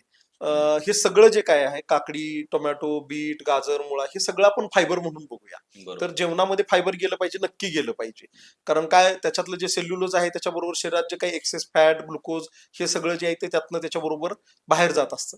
त्याच्यामुळं फायबर जेवणात आलं पाहिजे आणि त्यासाठी हे सलाड जे आहे आपण सगळं बोललो, काय तुम्ही गाजर, मुळा, काकडी, बीट, टोमॅटो, जे काही तुम्ही सलाड घेताय ते घ्यायला पाहिजे. पण आयुर्वेदानं काय सांगितलंय, जेवणाच्या सुरुवातीला कफ आहे, मध्ये पित्त आहे आणि शेवटी वात आहे. ठीक आहे. तर त्यामुळे सुरुवातीला जनरली मधुर रसाचा आहार जो आहे तो आपण ग्रहण करायला पाहिजे. त्याच्यामध्ये मग मी नेहमी ते म्हणतो की तुम्ही हाय म्हणजे हेवी स्वीट्स नाही खायला पाहिजे. पेढे, बर्फी, गुलाबजाम असं. शेवयाची खीर, रव्याची खीर, तांदळाची खीर, अशा पद्धतीचं स्वीट सुरुवातीला जेवणात आलं पाहिजे. मध्ये चपाती, भाजी, तिखट आणि शेवटी वरण भात तूप, म्हणजे तिन्ही दोषांचं पोषण होणार आहे. कफ, पित्त आणि वात. आणि तिन्ही दोष समस्थितीत राहिले की ते आरोग्य आहे. आणि मग तुमचं पचन छान राहणार आहे. तर त्याच्यामुळे याच्या मध्ये मध्ये आपण ते सलाड जेवणाच्या मध्ये मध्ये खायचं आहे. सुरुवातीला सलाड खाऊन घेतलं आणि नंतर जेवण सुरू केलं, हे काही उपयोगाचं नाही. आहारशास्त्रदृष्ट्या त्याचा जो काही क्रम जो सांगितला आहे आयुर्वेदानं, दोषांची स्थिती ही अशा पद्धतीची आहे आणि ती पाहता सलाड हे जेवणाच्या मध्ये मध्ये खाण्यात आलं पाहिजे. जेवणाच्या बरोबर. सुरुवातीला असं नाही. आणि ते प्रमाणात, म्हणजे आपण हे नव्हे, जसं आपण पूर्ण नॉनव्हेज खाणारे लोक नव्हे, ते काय पाणी पिणाऱ्या प्राण्यांनी नॉनव्हेज खावं, जिभेने पाणी पिणाऱ्या वगैरे, हा जसा काही तो सिद्धांत मांडतात, तसं आपण गवत खाणारे प्राणी पण नव्हे. बरोबर. सेल्युलोज पचवण्यासाठी आपलं आतडं बनवले असं भाग, तर ते मिश्र आहार म्हणूनच. तर ते जेवणाच्या मध्ये मध्ये आपण हे खाल्लं पाहिजे, सलाड खाल्लं पाहिजे. कच्चं अन्न जे आहे, म्हणजे तुम्ही सलाड चावून खाताय म्हणून ठीक आहे, पण अलीकडे तो नवीन ट्रेंड निघालाय ना, कच्च्या फळांचा ज्यूस प्यायचा, हो. भोपळ्याचा ज्यूस प्या, हे क्या. एका चांगल्या अभिनेत्याला भोपळ्याचा ज्यूस प्यायल्यानंतर उलट्या झालेल्या आपण ऐकलेलं आहे. बरोबर. तर स्वरस ही संकल्पना आयुर्वेदामध्ये सांगितली ती, म्हणजे कोणत्याही काढलेला रस. तर तो कच्च्या ह्याचा जो काही काढलेला रस आहे तो पचायला खूप जड आहे पचन संस्थेला. तर त्याच्यामुळे हे उपयोगाचं नाही. म्हणजे कडुलिंबाचा रस पिला सकाळी उठून, त्याच्यानंतर कारल्याचा ज्यूस पिला, भोपळ्याचा ज्यूस पिला, हे पचनक्रियेला पचायला खूप जड जात असतं. आणि पित्ताच्या तक्रारी असणाऱ्यांना, कोलायटिस असणाऱ्या ह्यामुळं उलट्या होऊ शकतात. तर त्याच्यामुळे हे अशा पद्धतीचं ज्यूस कच्चे पिणं उपयोगाचं नाही. सलाड म्हणून तुम्ही जे काय खाताय, काकडी, टोमॅटो वगैरे, ते जेवणात खायला हरकत नाही. ते पण चावून चावून सलाड खायचंय आपल्याला, त्याचा रस करून प्यायचा नाही. तर अशा पद्धतीने आपण सलाड जेवणात घेतलं पाहिजे. आता वेगवेगळ्या वयोगटात पचनाची कशी क्रिया असते? हा म्हणजे फार महत्वाचा प्रश्न आहे. आपण सुरुवातीपासून मी बोलताना हे 3 दोषांमध्ये मी सगळं बोलतो, कारण आयुर्वेदाचं जे काही शरीर क्रिया जी आहे ही या 3 दोषांवरतीच आधारित आहे. दोष म्हणजे आपल्याला एक शब्द आहे की कुणाचा दोष आहे असं, म्हणजे दोष म्हणजे वाईट असं नाही. वाईट. तर ही 3 तत्व आहेत, कफ, पित्त आणि वात. हे काही शरीरातले 3 कॉन्स्टिट्युएंट्स आहेत आणि ते समप्रमाणात शरीरात असतील तर आपलं आरोग्य चांगलं राहतं. तर ते समजून घ्या की दिवस, रात्र, वय, सगळ्याच्या सुरुवातीला कफ आहे, मध्ये पित्त आहे आणि शेवटी वात आहे. तुम्ही लहान मुलं बघा, ज्यांच्यामध्ये सगळा कफाचा डॉमिनन्स आहे, सगळे गुटगुटीत आहेत, छान हेल्दी आहेत, कारण कफ हा सगळा म्हणजे कसा बृहण आहे असं शरीराला. तर त्याच्यामुळं कफाचं प्राबल्य आहे लहान मुलांमध्ये. त्यांचे आजार पण तसेच आहेत, सर्दी, खोकला, हे सगळे कफाशी संबंधित विकार लहान मुलांमध्ये होताना दिसतात. मध्यम वय जे आहे त्याच्यामध्ये पित्ताचं प्राबल्य आहे. हो. हा, आपल्याला बघा, मध्यम वयातली जे लोक आहेत त्यांना सगळे पित्ताचे त्रास, ऍसिडिटी होतीये, पचनाच्या तक्रारी आहेत, हे सगळं हे मध्यम वयाच्या लोकांना आहे. आणि उतार वयामध्ये वाताचा डॉमिनन्स आहे, म्हणून सगळं शरीरावर सुरकुत्या पडत चाललेल्या आहेत, शरीरात वात वाढत चाललेलं आहे, हाडं कमजोर होत चाललेली आहेत, सगळ्याच बाजून मग ते शरीरामध्ये वात वाढलेला आहे. तर ह्या दोषांना अनुसरून तुमचा अग्नी आहे. तर पित्ताचा अग्नी जो आहे तो तीक्ष्ण अग्नी आहे. म्हणजे मध्यम वयाच्या लोकांची भूक जास्तच असते आणि ती तेवढी तीव्र पण असते. उतार वयात हा वाताचा जो अग्नी आहे तो विषम अग्नी आहे. भूक कधी कमी लागेल, कधी जास्त लागेल, कमी जास्त होत जाईल, अशा पद्धतीचं आहे. त्यामुळे आपण वयस्कर लोकांच्या खाण्यामध्ये पण तशा पद्धतीचे व्हेरिएशन्स होताना आपल्याला दिसतात. कफाची जी ही मुलं आहेत त्यांच्यामध्ये कसं आहे की अग्नी आहे, भूक आहे, पण त्यांना असं वारंवार खाण्यासाठी किंवा खूप जास्त काय म्हणजे जितकं पित्त प्रकृतीच्या लोकांना ती उरत आहे, म्हणजे पित्ताचं डॉमिनन्स असताना जेवढं मध्यम वयाच्या लोकांना जेवढी भुकेचं हे आहे, तितकं लहान मुलांमध्ये ते नाहीये. त्यामुळे ते ठरलेल्या वेळेत ठरलेलं खाणं, अशाच पद्धतीनं लहान मुलांचं जेवण पाहिजे. मध्यम वयाचे जे लोक आहेत त्यांची भूक मात्र सडकून आहे, त्यामुळे त्यांना वेळेवर खाणं मिळणं गरजेचं आहे. कारण साहजिक आहे, ऍक्टिव्ह लाईफस्टाईल आहे, त्याच्यात शरीर श्रम आहेत, त्याच्यामुळे तुमची भूक चांगली असणार आहे, त्या वेळेला तुम्हाला खाणं मिळणं गरजेचं आहे. नाही खायला मिळालं तर तुम्हाला त्रास सुरू होतो. आणि उतार वय विषय मागणी, त्यामुळे उतार वयातला जो आहार आहे तो कमीच प्रमाणामध्ये असला पाहिजे. आता हे जसं वयानुरूप झालं तसं तुम्ही आहार किती प्रमाणात घ्यावा ह्याचाही एक श्लोक आयुर्वेदानं दिलेला आहे. द्वौ भागो पुर्येत अन्न तो येनेक पुर्येत मारुतस्य प्रचारार्थम चतुर्थ अवशेष येत. म्हणजे काय, तर तुमच्या पोटाचे 4 भाग करा. 2 भाग एवढं अन्न असलं पाहिजे, 1 भाग हे पाणी असलं पाहिजे, आणि वरचा 1 भाग जो आहे तो वात दोषाच्या कार्यासाठी, म्हणजे ते अन्न घुसळलं जावं चांगलं ह्याच्यासाठी रिकामा ठेवायचा आहे. पण आज नॉनव्हेज आहे म्हटल्यानंतर चौथा भाग काय सुद्धा संपला चौथा भाग की सुद्धा मग overflow होतंय. पचन त्याच्यावर बिघडणार. सर काय बोलतात? ते म्हणजे आपल्याकडे ग्रामीण भाषेमध्ये आहे, नरड्याला येईपर्यंत. नरड्याला आता हे काही उपयोगाचं नाही. हे असं केलं की तुम्हाला पचन बिघडणार आहे, म्हणजे हे अन्न पचवायला शरीराला नक्कीच त्रास होणार आहे. तर ते मात्रावत असं म्हणत असताना ही जे काही प्रमाण आहे वयानुरूप पण आपण लक्षात ठेवलं पाहिजे. आणि एक हा ठोकताळा की थोडी भूक राखूनच आपण जेवण करायला पाहिजे, तर अन्नपचन चांगल्या पद्धतीने होऊ शकतं. आता कामाचा ओघ एवढा वाढलाय की लोकांना लाईफस्टाईल खूप धावती झाली, स्ट्रेस वाढलाय, टेन्शन वाढलंय, ह्याचा पचनावर परिणाम होतो का? 100% ह्याच्यावर परिणाम होतो. ह्या अनुषंगानं आयुर्वेदामध्ये ग्रहणी नावाचा एक विकार पचनाशी संबंधित सांगितलंय. आधुनिक शास्त्रामध्ये त्याला IBS असं म्हटलं जातं, इरिटेबल बॉवेल सिंड्रोम. म्हणजे तुम्हाला बऱ्याच वेळा असे लोक भेटतील की जे म्हणतात की आम्ही खाल्लं की लगेच टॉयलेटला जायचं आम्हाला इच्छा होते, किंवा खातात आणि लगेच टॉयलेटला जातात. तर हे सगळे लोक कोण आहेत, तर हे IBS इरिटेबल बॉवेल सिंड्रोम असणारे लोक आहेत, ज्यांची पचनाची प्रक्रिया बिघडलेली आहे. तर या रुग्णांना म्हणजे काय म्हणू आपण, उपचार देत असताना त्या डॉक्टरांचा खरंच कस लागतो. म्हणजे पोट एकतर असं आहे की ते बिघडलं की रुग्णाची अवस्था कशी आहे, तर त्याचं पोट डोक्यात आहे आणि डोकं पोटात आहे. पोटात. कंटिन्यू ते त्याचं बारीक कट्ट वाजलं पोटात तरी त्याचं त्याच्याकडे लक्ष असतं. इतका माणूस डिस्टर्ब होतो पचनक्रिया बिघडल्यानंतर. आणि IBS म्हणजे ग्रहणी हा जो विकार आहे ह्याच्यामध्ये फक्त तुमची पचनक्रिया सुधारण्यात रोल आहे असं नाहीये, तर तुमची मानसिक स्थिती कशी आहे ह्याचा फार महत्वाचा त्याच्यामध्ये रोल आहे. कारण सर, भयज अतिसार नावाची गोष्ट सांगितली, म्हणजे तुम्ही घाबरल्यानंतर सुद्धा तुम्हाला जुलाब होऊ शकतात. इतकं आहे, म्हणजे तुमच्या मानसभावांचा तुमच्या पचनक्रियेवरती किती जवळचा संबंध आहे आपण समजू शकतो. तर हे घाबरल्यावर घामपण येतो. घामपण येतोय. तर साहजिक गोष्ट आहे. पण तशा पद्धतीनं तुमचं IBS ज्या वेळेला आहे, इरिटेबल बॉवेल सिंड्रोम, ग्रहणीचे जो विकार आहे, त्याच्यामध्ये तुमचं चित्त स्थिर नसतं ह्या लोकांचं. कंटिन्युअस एक्साइटेड किंवा कंटिन्युअस काय म्हणू आपण, ज्यांना जे सारखे वर्कोलिक लोक असतात ना, त्यांच्याकडे तुम्हाला कुठं शांतताच दिसत नाही. ह्या लोकांचं मग पचन सारखं डिस्टर्ब, सारख्या नर्व त्यांच्या त्या डायजेस्टिव्ह सिस्टमच्या स्टिम्युलेट होत असतात, आणि मग त्यांना ते प्रेशर येऊन पोट साफ होत असतं. तर ते त्याच्यामध्ये तुमच्या मानसभावाचा खूप काय म्हणू आपण, खूप मोठा संबंध आहे. मग त्यावेळेला आम्ही नक्कीच मग त्यावेळेला औषधांच्या बरोबर मग तुम्ही मेडिटेशन करा, तुम्ही एकाग्र व्हायला शिका. मग तुमचं ज्याच्यामध्ये तुम्हाला काय म्हणू आपण, ह्या सगळ्या स्ट्रेस मधून तुम्हाला बाहेर पडण्यासाठीचे जे काही मग तुमच्या हॉबीज असतील, कोणाला मग डान्स करायला आवडेल, कोणाला गाणी ऐकायला आवडेल, ह्या आवर्जून करा असं आम्ही सांगतो. मेडिटेशनचा रोल त्याच्यामध्ये खूप महत्वाचा आहे. तुम्ही एकाग्र झाल्यानं तुम्हाला खूप चांगल्या पद्धतीनं स्वतःच्या मानसिक भावावरती नियंत्रण आणता येतं. त्यामुळं अशा पद्धतीचे जे विकार आहेत, ज्यांना म्हणजे मोठ्या आतड्याची पचनाची ताकद बिघडते ह्याच्यामध्ये, इरिटेबल बॉवेल सिंड्रोम मध्ये, IBS मध्ये, तर त्या लोकांनी आपल्या ह्या मानसिक आरोग्याचा नक्की विचार केला पाहिजे. कारण त्याचा आणि ह्या तुमच्या आजाराचा खूप जवळचा संबंध आहे. जोपर्यंत तुमची मानसिकता ठीक होत नाही, तोपर्यंत फक्त उपचार घेऊन तुमचं पोट जागेवर येणार नाही. सर, आता हे मूळव्याधाचा आजार आहे, दुखणं आहे, ते नेमकं पचनाशी संबंधित आहे का, काय त्याच्या मागे काय? जनरली आपण बघतो की त्याला अवघड जागचं दुखणं असं म्हटलंय. बरोबर. पण ते दुखणं जरी अवघड जागी असलं तर त्याचं मूळ जे आहे ते तुमच्या पचनक्रियेमध्ये आहे. मूळव्याध असं म्हणत असताना बऱ्याच वेळा काय होतं, आपण हे लक्षात घेत नाही की त्याच्यामध्ये वेगवेगळ्या म्हणजे त्याच्या डिफरन्शियल डायग्नोसिस जे आहे ते समजून घेतलं पाहिजे. मूळव्याधामध्ये 3 प्रकारची पॅथॉलॉजी आपल्याला पाहायला मिळते. फिशर असतं, पाईल्स असतं आणि फिशूल असतो. ठीक आहे, म्हणजे आयुर्वेदामध्ये फिशरला परिकर्तिका असं म्हटलं की जे संडासच्या जागी जखम होते. त्याच्यानंतर पाईल्स ज्याच्यामध्ये कोंब असतात संडासच्या जागी, आणि तिसरा भाग जो आहे तो फिशुला म्हणजे भगंदर. ठीक आहे, दुसरा एक इन्फेक्टिव्ह हे इन्फेक्शन होऊन ट्रॅक तयार झालेला असतो. तर ह्या 3ही अवस्था मूळव्याधाच्या, ह्याचं मूळ हे तुमच्या पचनक्रियेमध्ये आहे. पहिलं तुमचं पचन बिघडलेलं आहे, कॉन्स्टिपेशन आहे, म्हणजे तुम्हाला पोट छान साफ होत नाही. मग पोट साफ होत नाही म्हणल्यावर तर संडासला खडा होणार आहे. झालेली संडासला संडासच्या जागी घासून येते, पहिल्यांदा जखम होती. ही झालेली जखम म्हणजे फिशर आहे. त्याचे पुन्हा दोन प्रकार आहेत, अॅक्यूट आणि क्रोनिक. म्हणजे आताच काल काहीतरी उलट सुलट खाण्यात आल्याने दुसऱ्या दिवशी पोट साफ होताना संडासला जखम झाली, तर ते अॅक्यूट फिशर आहे. तुम्ही जर त्याचे व्यवस्थित पटकन उपचार घेतले तर ते पटकन बरं होऊन जातं. काही लोकांना क्रोनिक फिशर असतं, म्हणजे हे ह्यांचं वारंवार त्यांना संडासला खडा होत असतो आणि वारंवार ती जखमेवर घासून घासून ती जखम ताजी राहत असते. हे अॅक्यूट फिशर आहे. बऱ्याच वेळा शरीर काय करतं, वरून एक त्वचेचा हलकासा पडदा त्याच्यावर झाकतं आणि तो आपल्याला हातालाही लागतो. त्याला सेंटिनल पाईल म्हणतात, म्हणजे गार्ड करणार पाईल. का तर ती जखम बरी होत नाही म्हणून शरीर त्याच्यावर एक त्वचा झाकून देतं. तर हे क्रोनिक फिशर आहे.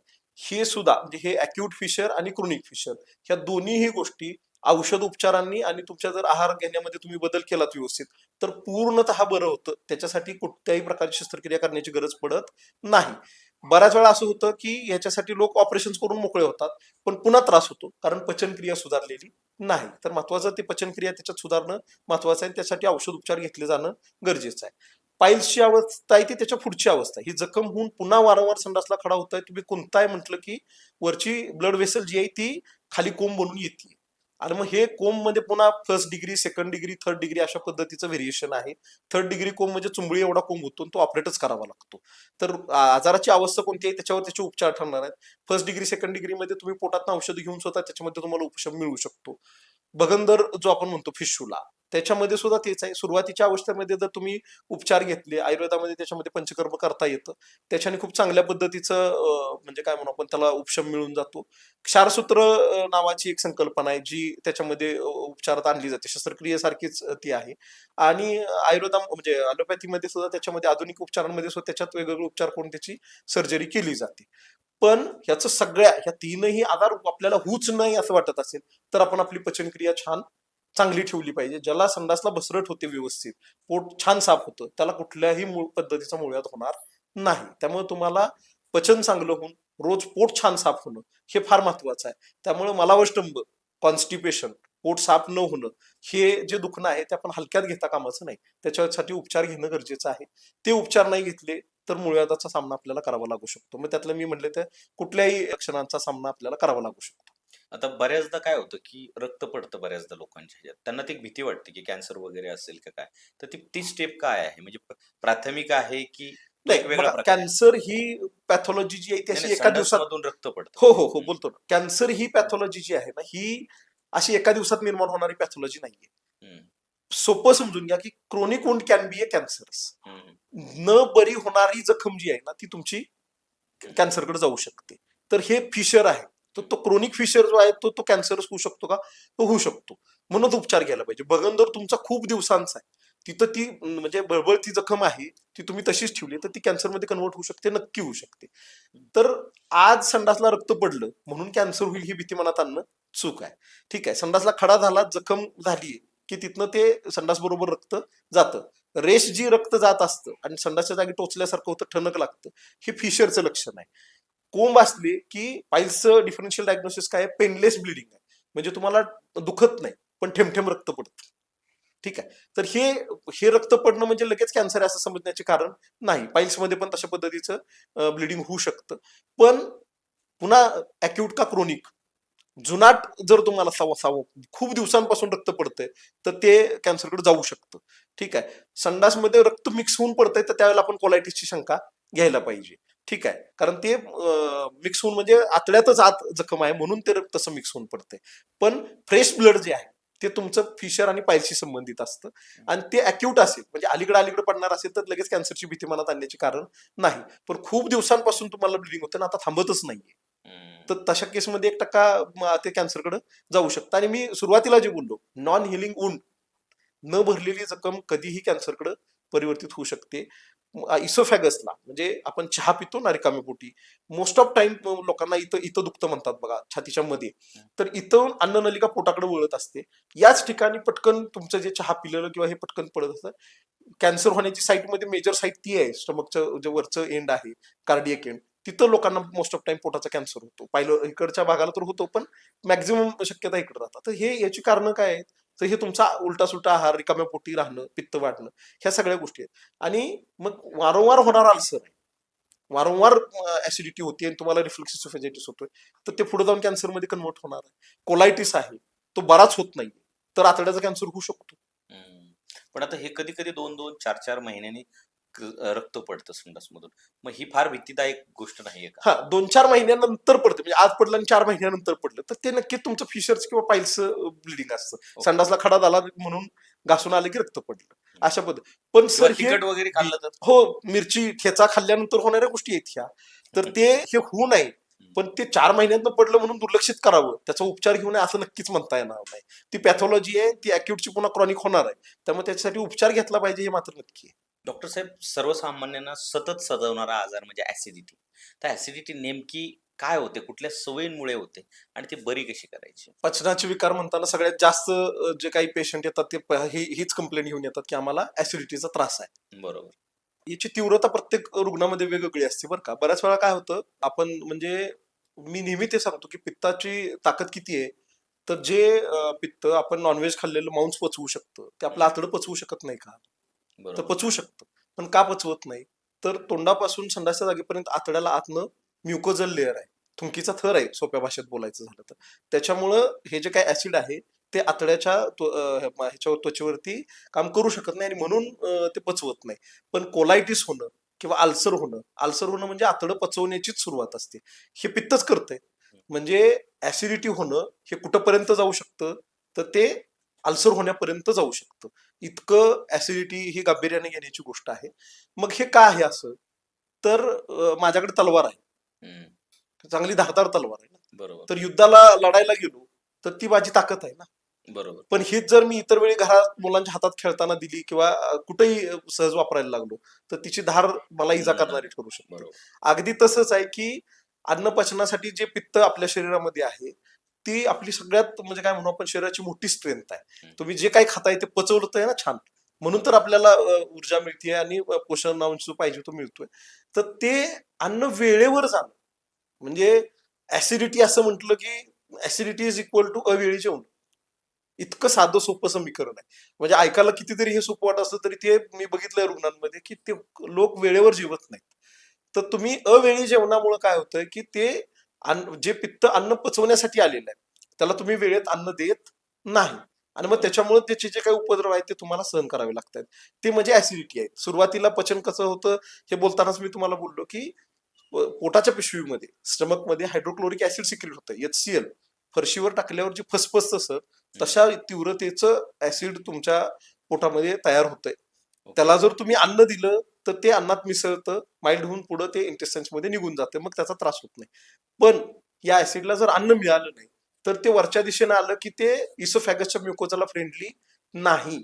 मग तिथं तुम्हाला इरिटेशन सुरू होतं, आपल्याला जे जळजळ म्हणतो ना जळजळ आपण. होते. हा, तर ते ऍसिड वरच्या दिशेने आलं आणि ते इरिटेशन जे झालं ते म्हणजे आपल्याला तुम्हाला आम्हाला जाणवणारी जळजळ आहे. बरं, आता ही जळजळ केवढ्यापर्यंत जाते, तर रिफ्लक्स इसोफेजायटिस नावाचं एक डिसीज आहे.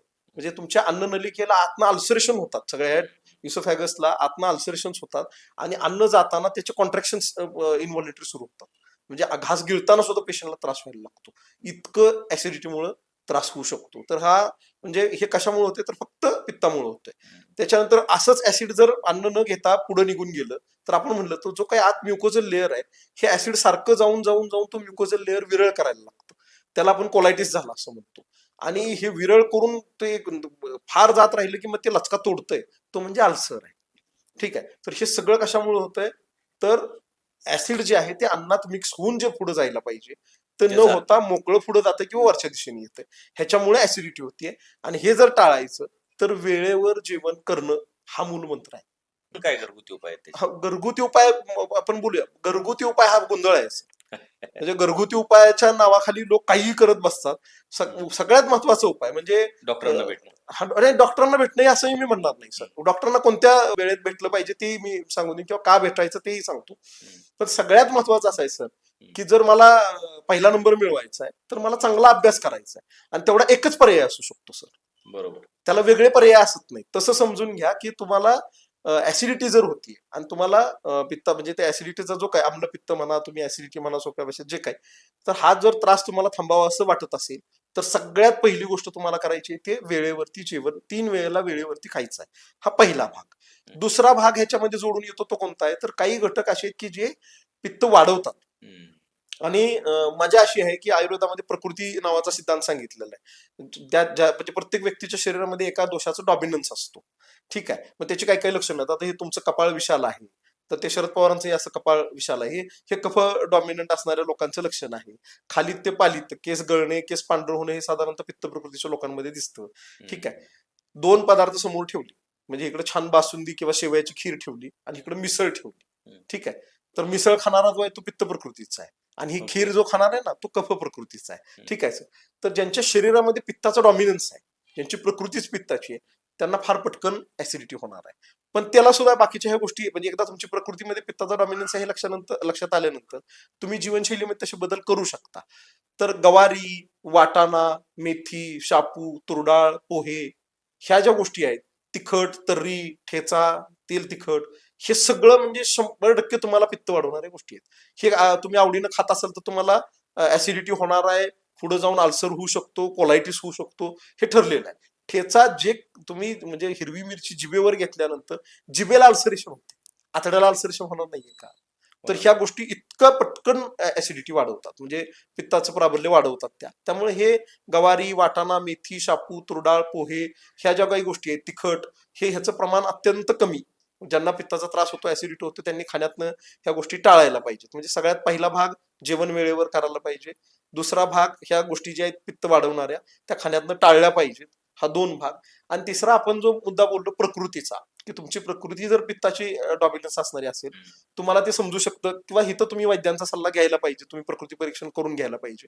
आणि तुम्हाला जर लक्षात आलं की आपली प्रकृती पित्ताची आहे, तर तुम्ही तशा पद्धतीने आपल्या जीवनशैलीमध्ये बदल करायला पाहिजे. म्हणजे काय करायला पाहिजे, तर तुम्हाला गोड आवडत नाही, तर रात्रीच्या जेवणात आपण गोड कंपल्सरी घ्यायला पाहिजे. ते सुरुवातीला, जेवणाच्या सुरुवातीला शेवयाची, रव्याची खीर, तांदळाची खीर असं काहीतरी घेऊ शकता.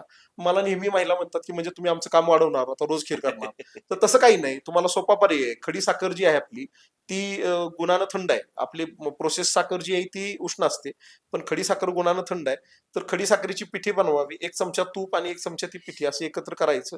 सुरुवातीला 1 घास त्याचा 1-2 घास त्याचे खायचे, मध्ये चपाती, भाजी आणि शेवटी वरण भात तूप, अशा पद्धतीने आपण ते जेवण करू शकतो.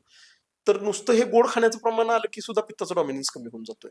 सगळ्यात तुम्ही नेहमी ते घरगुती उपायाकडे फार लोकांचा हे असतो की चलो घरच्या घरीच काय होतंय का, तर सगळ्यात चांगली गोष्ट काय आहे की ज्यांना लक्षात आलं की आपल्यामध्ये पित्ताचा डॉमिनन्स आहे, प्रकृती पित्ताची, त्या लोकांनी रात्री झोपण्यापूर्वी अर्धा तास आणि जेवणानंतर 1-1.5 तासाने 1 ग्लास गरम दूध आणि 1 चमचा तूप असं एकत्र करून घ्यायला पाहिजे. हे रसायन आहे, वाढत्या वयाबरोबर शरीराची जी झीज होत असते ना ते थांबवणार आहे. ठीक आहे, दूध आणि तूप एकत्र घेतलं की ते रसायनाचे सगळे गुण मिळतात. तुपाचे दूध तर पित्तशामक आहे हे सगळ्यांना माहिती आहे, पण त्यात परत गैरसमज काय आहे की थंड दूध प्यावं का, फ्रीज मधलं दूध, थंड दूध पिल्यानंतर मला ऍसिडिटी कमी होते. नाही, ते तुम्हाला इथे इरिटेशन सुरू झालेलं आहे आणि ते थंड दूध गेल्यामुळे तुम्हाला फक्त बरं, म्हणजे काय थंड वाटतंय तिथं, ते ऍसिडिटी कमी होत नाही. दूध हे गरमच पिलं गेलं पाहिजे. थंड दूध पिलं की तुम्हाला कफ होतो, थंड दूध पिल्यानं तुम्हाला जंत होऊ शकतात. त्यामुळे दूध हे फुंकून प्यायला लागलं पाहिजे, असं गरम दूध प्यायला पाहिजे.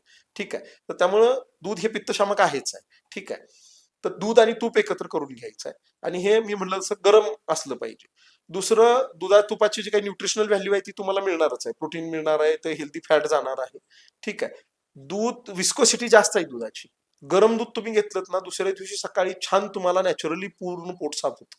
ठीक आहे, आणि सगळ्यात महत्वाचे तुपाचे गुण सांगताना काय सांगितलंय, घृत पित्त अनिल हरम रस शुक्र ओजसा हितम निर्वापन मृदुकर स्वर वर्ण प्रसादन. म्हणजे काय, तर पित्त अनिल म्हणजे शरीरात वाढलेलं पित्त आणि वायू जे आहे, वात आहे, त्याचं शमन करणार असं तूप आहे. रस शुक्र ओजस येतं, म्हणजे रस धातूपासून शुक्र धातूपर्यंत सगळ्यांचं पोषण करणारं तूप आहे. निर्वापन मृदुकर त्वचेला मार्दवता आणणारं असं तूप आहे. स्वर वर्ण प्रसादन म्हणजे तुमचा आवाज, रंग असं छान करणारं. तूप खाल्ल्याशिवाय रूप येत नाही आपण जे सोप्या भाषेत म्हणतो, त्याचं कारण आहे की ते सगळे गुण तुपात आहेत, पण तसं तूप खाण्यात आलं पाहिजे. आम्ही तसं तूप आता खातच नाही अलीकडं. तर तशा पद्धतीनं ते दूध आणि तूप रसायन म्हणून जर तुम्ही घेतलं तर ज्यांना प्रकृती पित्ताची त्यांना ते पित्ताचे जे काही उपद्रव आहेत ते चांगल्या पद्धतीने कमी होतात. आता बोलताना तुम्ही जे म्हणालात की डॉक्टरांना भेटायला पाहिजे, तर डॉक्टरांना कोणत्या परिस्थितीमध्ये भेटायला पाहिजे. बरेच लोक मला तक्रार की दूध पिल्यानंतर उलट्या होतात. तर ह्या परिस्थितीमध्ये तुमच्या शरीरात पित्त खूप वाढलेलं आहे, उत्कलेश अवस्था आहे. दूध काय पाणी पिल्यावर सुद्धा उलट्या होणार आहेत तुम्हाला. बरोबर. तर ह्या ठिकाणी आधी तुम्ही उपचार घेतले पाहिजेत. शरीरात वाढलेलं जे पित्त आहे, तुमच्या काय आतड्यांना सूज आलेली आहे, रिफ्लक्स इसोफेजायटिस आहे, ह्या सगळ्यासाठीचे आधी उपचार होणं गरजेचं आहे. उपचार होऊन तुम्ही नॉर्मलाइज झाला की मग तुम्ही दूध तूप घ्यायला पाहिजे. म्हणजे ऍसिडिटीचा त्रास वारंवार होतोय तर नक्की त्याच्यामुळे तुमच्या आतड्याला कुठेतरी सूज आलेली असणार आहे. त्याच्यासाठी उपचार घेणं गरजेचं आहे. आणि उपचार घेऊन तुम्ही मग अशा पद्धतीचा आहार आणि पथ्य पाळत की पुन्हा तुम्हाला पित्ताचा त्रास होत नाही. पण पित्ताचा उपचार म्हणत असताना दोन्ही गोष्टी, तुमच्या जीवनशैलीमध्ये तशा पद्धतीचा बदल करणं, उपचार घेणं, आणि उपचार घेऊन झाल्यानंतर तुमच्या आहारामध्ये तशा पद्धतीचा बदल सातत्यानं कायम ठेवणं. अशा पद्धतीने त्याचा आपण विचार केला तर पूर्ण ऍसिडिटी बरी होते. म्हणजे तुम्हाला पुन्हा ऍसिडिटीचा त्रास होणार नाही इतकं छान. पण हे सगळं करणं त्यासाठी गरजेचं आहे. आता तुम्ही म्हटलं की दुधाच्या पदार्थावर काही गोष्टी खाल्ल्या नाही पाहिजे, पण आपल्याकडं बऱ्यापैकी केळं आणि दूध मिक्स करून म्हणजे शिकरण बनवून खाल्लं पाहिजे. ते शरीराच्या दृष्टीने योग्य आहे का? शिकरण खाणं हे माझ्या अनुभवातनं सांगायचं तर पूर्ण हानिकारक आहे शरीराला. म्हणजे मला ते कोण गाणं लिहिणाराचं जरा किवच येते, काय मामाची बायको सुगरण आणि रोज रोज पोळी शिकरण. मग शिकरण बनवण्यात कसला सुगरणपणा आला? केळं कापायचे, दुधात टाकायचे, साखर घालून द्यायचं. सगळ्यात आळशी बाई स्वीट बनवायचं म्हटलं की शिकरण बनवणार आहे. तर हा पहिला. दुसरा मुद्दा असा आहे की सर, दूध आणि केळ एकत्र केलं की त्याला तार येते बघा. तार ही विटलेल्या अन्नाला येत असते. तर केळीचं शिकरण खाणं म्हणजे साक्षात विटलेलं अन्न खाण्यासारखं आहे. तर ते तुम्हाला त्रास, म्हणजे माझा इतका अनुभव आहे सर, सोरायसिस झालेले 10 रुग्ण तुम्ही गोळा करा, मी नाही तुम्ही गोळा करा, आणि ह्यातल्या लोकांना विचारा तुम्ही आवडीनं काय खाता, ह्यातले 8 लोक तुम्हाला सापडतील केळीचं शिकरण आवडीनं खाणारे. इतकं ते आहे की म्हणजे केळीचं शिकरण खाल्यानंतर त्वचेचे विकार वाढलेले आहेत. तर दूध आणि फळ, केळं दूध असं नव्हे, दूध आणि फळ असं कोणतंच खायला नाही पाहिजे. केळीचं शिकरण नको, फ्रूट सलाड नको, मिल्कशेक नको. आंबा जो आहे पिकलेला, त्याच्यामध्ये जे घातलेलं दूध आहे आमरसामध्ये, ते ठीक आहे, त्याने आंबा पचायला सोपं होतो. बाकी कुठल्याही फळामध्ये दूध घालता कामाचं नाही. दूध वेगळं प्या, फळं वेगळी खा. ते दोन्ही एकत्र करून जे करताय ते काळं पडतं ना सर, म्हणजे ते खराब होतं. तर त्याच्यामुळे दूध आणि फळ एकत्र करून नाही खायला पाहिजे. आता उपवासाला रताळे आणि दूध मिळून खातात. रताळ, शिजवलेलं रताळ ते जे खातात त्याच्यामध्ये तशी ती ही येत नाही. म्हणजे आपण ही फळांची जी रिएक्शन म्हणतो सर, आपण ती तशी त्याच्यामध्ये येत नाही. पण मुळात आता सर रताळच खावं का नाही अशा पद्धतीनं हाच मोठा प्रश्न आहे. कारण तुम्ही आयुर्वेदाचे हे जर बघितले सगळे पथ्यपथ्य, त्याच्यामध्ये सगळ्यात पचायला जड असणारं रताळ सांगितलंय. बरोबर. तर त्याच्यामुळे ते खाण्यात प्रमाणात कमी असलं पाहिजे. आणि ते काय उपवास म्हणून कधीतरी तुम्ही दूध रताळ, शिजवलेलं रताळ दूध खाल्लं त्याचा इतका येत नाही. पण ही थोडक्यात आणखी त्याच्यात पुढे जाऊन तुम्हाला अगदी डिटेल, निर्यास असणारी जी फळं आहेत ना, चीक निघतो ना, चिक्कूला चीक निघतो सर, केळीला तुम्ही बघा कच्च्या केळीला चीक निघतो. तर ही दुधात मिक्स करणं योग्य नाही. आता रताळ कच्चं असेल तर त्याला हे निघतो. तुम्ही म्हणताय ते पिकलेलं किंवा ते शिजवलेलं जे आहे ते कंदमूळ म्हणून घेतात, कंदमूळ म्हणून घेतात. तर त्यामुळे जनरली रताळ्यात सुद्धा दूध हे खायला नाही पाहिजे. उकडलेलंच रताळ आपण तशा पद्धतीनं खायला पाहिजे. घाऱ्या करतात किंवा ते पचनासाठी वगैरे म्हणून त्या ठीक आहे. पण रताळ हे काय फार म्हणून आपण काय फेवरेट फूड म्हणून खाण्याची गोष्ट नाहीये. कारण बरेचसे जे अपथ्य आयुर्वेदामध्ये सांगितले त्याच्यात रताळ सारखं येतं त्याच्यामध्ये. तर त्यामुळे ते खाण्यातनं टाळलंच पाहिजे सर. आता तुम्ही म्हणलात की काही स्किनचे आजार होतात आता बोलताना, तर ज्यावेळेस आपल्या स्किनवर बघा पांढरे डाग उमटतात, पांढरं पडते स्किन किंवा ती लालसर होते, हे आहारामुळे होतं का? अगदी नक्की. म्हणजे आता याच्यात कसं विटिलिगो म्हणजे काय, आपण कोड किंवा ह्या सगळ्या ज्या गोष्टी ह्या त्याचे कॉजेस अजूनही अननोन आहेत. तर त्याच्यावर फार आपण हे करण्यापेक्षा, पण तुम्ही हे लाल जे म्हटलात ना, तर अंगावर कुठंही लालसरपणा येतो म्हणजे तो सगळा पित्ताचा अनुबंध त्याच्यामध्ये आहे. अंगावर पित्त उठणं, हे शीतपित्त ज्याला आयुर्वेदामध्ये म्हटलं जातं, ही तुमच्या पित्त वाढल्याची पुढची प्रक्रिया आहे. म्हणजे फक्त ऍसिडिटी होऊन थांबलं नाही, आता ती त्वचेवर उमटायला सुरुवात झाली, ती चगदळी यायला सुरुवात होतात, आग होते लोकांना, सगळा दाह, हे दाह लक्षण आहे, हे सगळं पित्ताचं लक्षण आहे. तर हे त्वचेवर जे काही सगळे लाल चट्टे उठत आहेत त्याच्यामध्ये पित्त 100% आहेच आहे. त्याचा म्हणजे त्याच्यामध्ये पित्ताचा अनुबंध आहेच आहे. त्याच्याशिवाय अंगावरती लाल चट्टा, खाज ह्या गोष्टी होत नाहीत. शीतपित्त म्हणजे काय, पुन्हा तुमचं पित्ताचीच चिकित्सा केल्यानंतर शीतपित्तामध्ये उपशम मिळतो. मी हे सांगितली हीच पथ्य सगळी आर्टिकेरिया म्हणजे अंगावरती पित्त उठणाऱ्या लोकांना पाळावी लागतात. किंबहुना हेच सगळं ते करत असतात ज्याच्याने पित्त वाढतं. रात्रीचं जागरण, दिवसा जेवणानंतरची झोप, किंवा मी म्हणलं त्या ह्या गोष्टी खाऊ नका म्हणून ज्या सांगितलं ह्या आवडीनं खात असतात. आणि आवड किती असू शकते म्हणजे सर, पेशंट काय काय मजेशीर गोष्टी सांगतात. म्हणजे माझ्याकडे एक पेशंट आला होता, म्हणे मी 3 वेळ भाजी वाटाण्याची असते म्हणलं, आणि मग सीझन नसलं फ्रीजरमध्ये ठेवतो म्हणे, मी सीझन वाटाण्याचा असताना तो वाटाणा सोलून फ्रीजरमध्ये ठेवतो, तो वापरतो. एवढा आवडीनं जर तुम्ही वाटाणा खात असाल तर तुम्हाला पित्ताचा त्रास होईल हे सांगायला वेगळं काय करायचं, असं आहे ना. पण सर आता गॅसचा प्रॉब्लेम पण हा मेजर प्रॉब्लेम झालाय की लोकांना पोटात गॅस जास्त गॅसेस होतो. होतात. तर ह्याची कारण काय आहेत बरं? याच्यात 2 गोष्टींचा विचार करायला पाहिजे. त्याच्यात अवेळी जेवण हा भाग आहेच आहे. पित्त पुढे निघून गेले की तुम्हाला गॅसेस होणार आहेत. बबल फॉर्मेशन होतंय, ते ऍसिड जे आहे ते त्याचं हे होऊन तुम्हाला ते गॅस. दुसरं पचन मंदावलं की सुद्धा तुम्हाला गॅसेस होणार आहेत. दोन. तिसरं पोट साफ नाही म्हणलं की सुद्धा गॅसेस होणार. हे इतका म्हणजे पुन्हा सगळं तिथंच येऊन थांबतं की तुमचं पूर्ण पचन छान होत असेल तर तुम्हाला गॅसेस होणार नाहीत. जेवणाची वेळ पाळायला पाहिजे, डायजेशन छान होऊन पोट छान साफ व्हायला पाहिजे की तुमचं गॅसेस होणं बंद होऊन जाते. अशा पद्धतीने त्याचा विचार करायला पाहिजे. मग आता त्याच्यावर उपाय काय, समजा गॅस जर सतत होत असेल? नक्की त्याच्यावर उपचार करता येतात ना. तर दोन्ही बाजू आहेत. म्हणजे पहिला आपण त्या रुग्णांना ते सांगतो की तुम्ही तुमची जेवणाची वेळ निश्चित करा, जेवणाच्या वेळा तुमच्या फिक्स ठेवा आणि त्या बरोबरीनं मग जे काही पचनक्रिया मंदावलेली आहे ती सुधारण्यासाठी आपण औषधं देतो. मला या दृष्टीनं आवर्जून हे स्ट्रेस करावंसं वाटतं सर की आयुर्वेदामध्ये पचनक्रियेवरती काम करणारी जेवढी औषधं दिलीत ना सर, तेवढी दुसऱ्या कुठल्याही शास्त्रामध्ये नाही. तुम्ही आधुनिक शास्त्राकडे पचनक्रियेवरती किंवा तुमची भूक चांगली व्हावी यासाठी काम करणारी औषधांचं प्रमाण खूप कमी आहे, म्हणजे नाच्या बरोबर आहे. त्या तुलनेनं खरंच आयुर्वेदाकडं पचनक्रियेवरती किंवा पचनशक्तीवरती काम करणाऱ्या औषधांची खूप मोठी जंत्री आहे. आणि आयुर्वेदामध्ये उपचारांची जी प्रक्रिया दिलेली आहे सर, त्याच्यामध्ये दोन्ही म्हणजे झालेला आजार बरा करण्यासाठीचे जे उपचार आहेत ते आहेतच, पण हे आता मी दूध आणि तूप जे तुम्हाला बोललो रसायन, तर तशा पद्धतीचे सुद्धा उपचार आयुर्वेदामध्ये दिलेले आहेत की तुम्ही बरं वाटल्यानंतर पुन्हा आजार होऊ नये म्हणून तुम्ही काही गोष्टी करू शकता, असं सुद्धा उपचार त्याच्यामध्ये सांगितले. तर त्यामुळे तुम्ही म्हणलात ना, हे गॅसेस होणाऱ्या लोकांना पहिलं तर त्यांच्या जीवनशैलीमध्ये बदल करायला पाहिजे, पचनक्रिया मंदावली त्याच्यावरतीचे उपचार द्यायला पाहिजेत. आणि त्यानंतर काही रसायन म्हणून आपण काही गोष्टी सुरू ठेवू शकतो. आणि आचार रसायन आहेच आहे, म्हणजे तुम्हाला सांगितलेलं सगळं पथ्य तुम्ही पुढे कंटिन्यू चालू ठेवलं पाहिजे. आता ताणतणाव किंवा चिंता याचा पचनावर काय परिणाम होतो? साहजिकच आहे. आयबीएस ही जी काही आजार आपण सांगितले, इरिटेबल बॉवेल सिंड्रोम किंवा आयुर्वेदामध्ये त्याला ग्रहणी म्हटलं, ह्याच्यामध्ये तुमचं मानसिक आरोग्य बिघडल्या कारणानंच तुमची पचनक्रिया बिघडलेली असते. म्हणजे फक्त काहीतरी तुम्हाला काय म्हणू आपण यकृताचा स्त्राव येणं बिघडलंय किंवा असं असं काही त्याच्यामध्ये नसतं. तर तुमचा जो वारंवार तुम्ही स्ट्रेस घेताय त्याच्यामुळे तुमच्या नर्व जे आहे ते वारंवार स्टिम्युलेट होत असतात आणि त्याच्यामुळे तुमचं डायजेशन डिस्टर्ब होत असतं. तर ते आणि मगाशी आपण आहारविधी विशेषायचं जे सांगितलं त्याच्यामध्ये मन चित्त एकाग्र करून जेवणं अपेक्षित आहे जे हे सांगितलं, त्याचं कारणच ते आहे की तुमच्या मानसभावाचा तुमच्या पचनावरती नक्की परिणाम होतो.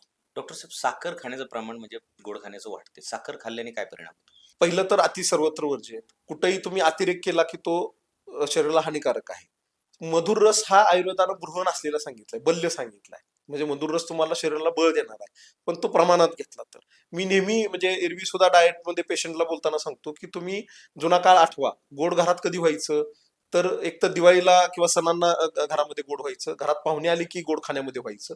अलीकडे ह्या स्वीट मार्ट झाल्यामुळे आपण रोज घरामध्ये काहीतरी स्वीट आणून ठेवतो आणि हे सगळं हेवी स्वीट आहे. तर ह्याचा नक्कीच शरीरावरती विपरीत परिणाम होतो. आता डायबिटीसचे केसेस वाढलेले दिसतातच ना आपल्याला. तर हे गोड हे प्रमाणात खाण्यात यायला पाहिजे आणि गोड खाण्यामध्ये असलेल्या गोष्टी ज्या आहेत त्या माइल्ड स्वीट असल्या पाहिजेत. मगाशी आपण ऍसिडिटीच्या लोकांना किंवा पित्ताचं प्राबल्य असणाऱ्या लोकांना सांगितलं, शेवयाची खीर, रव्याची खीर, तांदळाची खीर, अशा पद्धतीचं जे स्वीट आहे ते जर खाण्यात असेल तर ते काही शरीराला उपद्रव करणारं नाहीये. पण पेढे बर्फी गुलाबजाम जर खाण्यामध्ये आपण सातत्यानं ठेवणार असो तर कॅलरी वाईज तर ते आहेतच आहे, म्हणजे पचनालाही जड आहे, कॅलरी वाईज तर इंटेक वाढणारच आहे आणि आपलं जे काही सगळं जीवनशैली बघतात त्याच्यामुळे मधुमेह होण्याची शक्यता पुन्हा बळावणार आहे. त्यामुळे गोडाचं प्रमाण हे मर्यादित असलं पाहिजे. तर अन्न हळूहळू खाल्लं पाहिजे, चावून खाल्लं पाहिजे असं म्हणतात, म्हणजे ते प्रमाण कसं असलं पाहिजे, किती हळूहळू खाल्लं पाहिजे? ते तर आता काय सर, तो ठोकताळा म्हणून आपण जनरल म्हणतो की एक घास 32 वेळा 32 वेळा चावायला चावा. पाहिजे. किंवा मगाशी मी बोलताना म्हणलो की अन्न हे पिलं पाहिजे आणि पाणी हे खाल्लं पाहिजे. हम्म. ठीक आहे, म्हणजे इतकं छान अन्न चावा, इतकी त्याच्यामध्ये लाळ मिसळू द्या की तुम्ही पाणी पिताय असं वाटलं पाहिजे आणि पाणी इतकं चव घेऊन प्या की तुम्ही अन्न खाताय असं वाटलं पाहिजे. हे फार महत्वाचं आहे. तुम्ही जेवढं छान चावणार आहात, साहजिक गोष्ट आहे ना सर, जी गोष्ट एकदम मिक्सरमध्ये छान बारीक झाली ती भाजीमध्ये छान ऍब्सॉर्ब होऊन जाते ना. बरोबर. तसंच आहे अगदी की जे तुम्ही चांगलं चावलेलं अन्न आहे ते अतिशय चांगल्या पद्धतीनं पचवलं जाणार आहे. त्यामुळे खूप चांगलं, जितकं शक्य तितकं चांगलं अन्न चावलं गेलं पाहिजे. आणि जेवणाचा वेग हा मध्यमच असला पाहिजे. फार घाईनही जेवायला नको आणि अगदी रेंगळतही जेवायला नको आहे. निरोगी पचनासाठी संतुलित आहार म्हणजे नेमकं काय, काय व्याख्या आहे याची? संतुलित आहार म्हणजे त्याच्यामध्ये सर आपण असं म्हणूया की काय तंतुयुक्त पदार्थ म्हणजे पालेभाज्या, फळभाज्या, त्याच्यानंतर तुम्ही इव्हन आपली ही जी धान्य सुद्धा आहेत ना, मध्ये आपला हा सगळ्या लेंटिल्स साठीचा आपण सरकारने पुरस्कृत असा एक उत्सव चालवला. त्याचं कारण आहे आपल्या ही सगळी कडधान्य, आपली जी काही धान्य आहेत ही सगळं खाण्यामध्ये यायला पाहिजे. तुमचे तंतू म्हणजे मी एरवी नेहमीच म्हणतो सर की आपला मेडिटेरियन फूड, आपला भारतीय आहार जो आहे, आपली जी थाळी आहे ना, चपाती, भाजी, वरण, भात, कोशिंबीर, हे सगळं जे आहे काहीतरी थोडंसं गोड, हे सगळं जे आहे हे संतुलित आहार आहे. त्याच्यामध्ये षड्रस आहेत, मधुर, आम्ल, लवण, कडू, तिक्त कशा आपण कारळाची चटणी घेतोय, जवसाची चटणी घेतोय, खोबऱ्याची चटणी घेतोय. तर हे सर्व रसांनी परिपूर्ण अशी जी थाळी आहे ना सर, तो संतुलित आहार आहे. त्याच्यामध्ये सगळं आलेलं आहे. डाळींमधनं प्रोटीन जाणार आहे, तुम्हाला निडेड कार्बोहायड्रेट तुम्हाला चपाती भाकरीतून मिळणार आहेत. फायबर जो आहे तो सगळं पालेभाज्या फळभाज्यांमधून जाणार आहे. मायक्रोन्यूट्रिएंट जे आहे ते तुमची आपली जी काही मसाल्याचे पदार्थ किंवा हे आपण चटण्या खातो ह्याच्यातून. एचडीएल कोलेस्ट्रॉल चांगलं होण्यासाठी जवसाच्या चटणीसारखं उत्तम दुसरं काही नाहीये सर. संपलं. त्यामुळे हेच संतुलित आहार आहे सर. यापेक्षा वेगळं काय असू शकतं? डॉक्टर साहेब, तुम्ही सत्ता मंचवर आले आणि खूप भरभरून आम्हाला मूळव्याध असतील, पचनच्या आजार असतील, ह्याच्याबद्दल आम्हाला मार्गदर्शन केलं. त्याबद्दल सत्ता मंच तुमचं सदैव आभारी. धन्यवाद सर. तर मंडळी, आज आपल्या सत्तामंचच्या व्यासपीठावर सन्माननीय प्रख्यात डॉक्टर नीरज जाधव साहेब आले आणि त्यांनी सविस्तर अशी पचनाचे आजार आणि त्यावरील उपाय याबद्दल माहिती दिली आणि मार्गदर्शन केलं. त्याबद्दल मी सत्ता कुटुंबाच्या वतीने त्यांचे खूप खूप आभार मानतो आणि आपणही अमूल्य असा वेळ माहिती रसग्रहण करण्यासाठी दिला, त्याबद्दल आपल्या सर्व मंडळींचेही मी आभार मानतो. डॉक्टर नीरज जाधव साहेब यांना मी पुढील वाटचालीसाठी खूप खूप शुभेच्छा देतो. तर मंडळी, पुन्हा भेटूया एका नव्या विषयावर, एका नव्या पाहुण्यांबरोबर. भेटत राहू, बोलत राहू.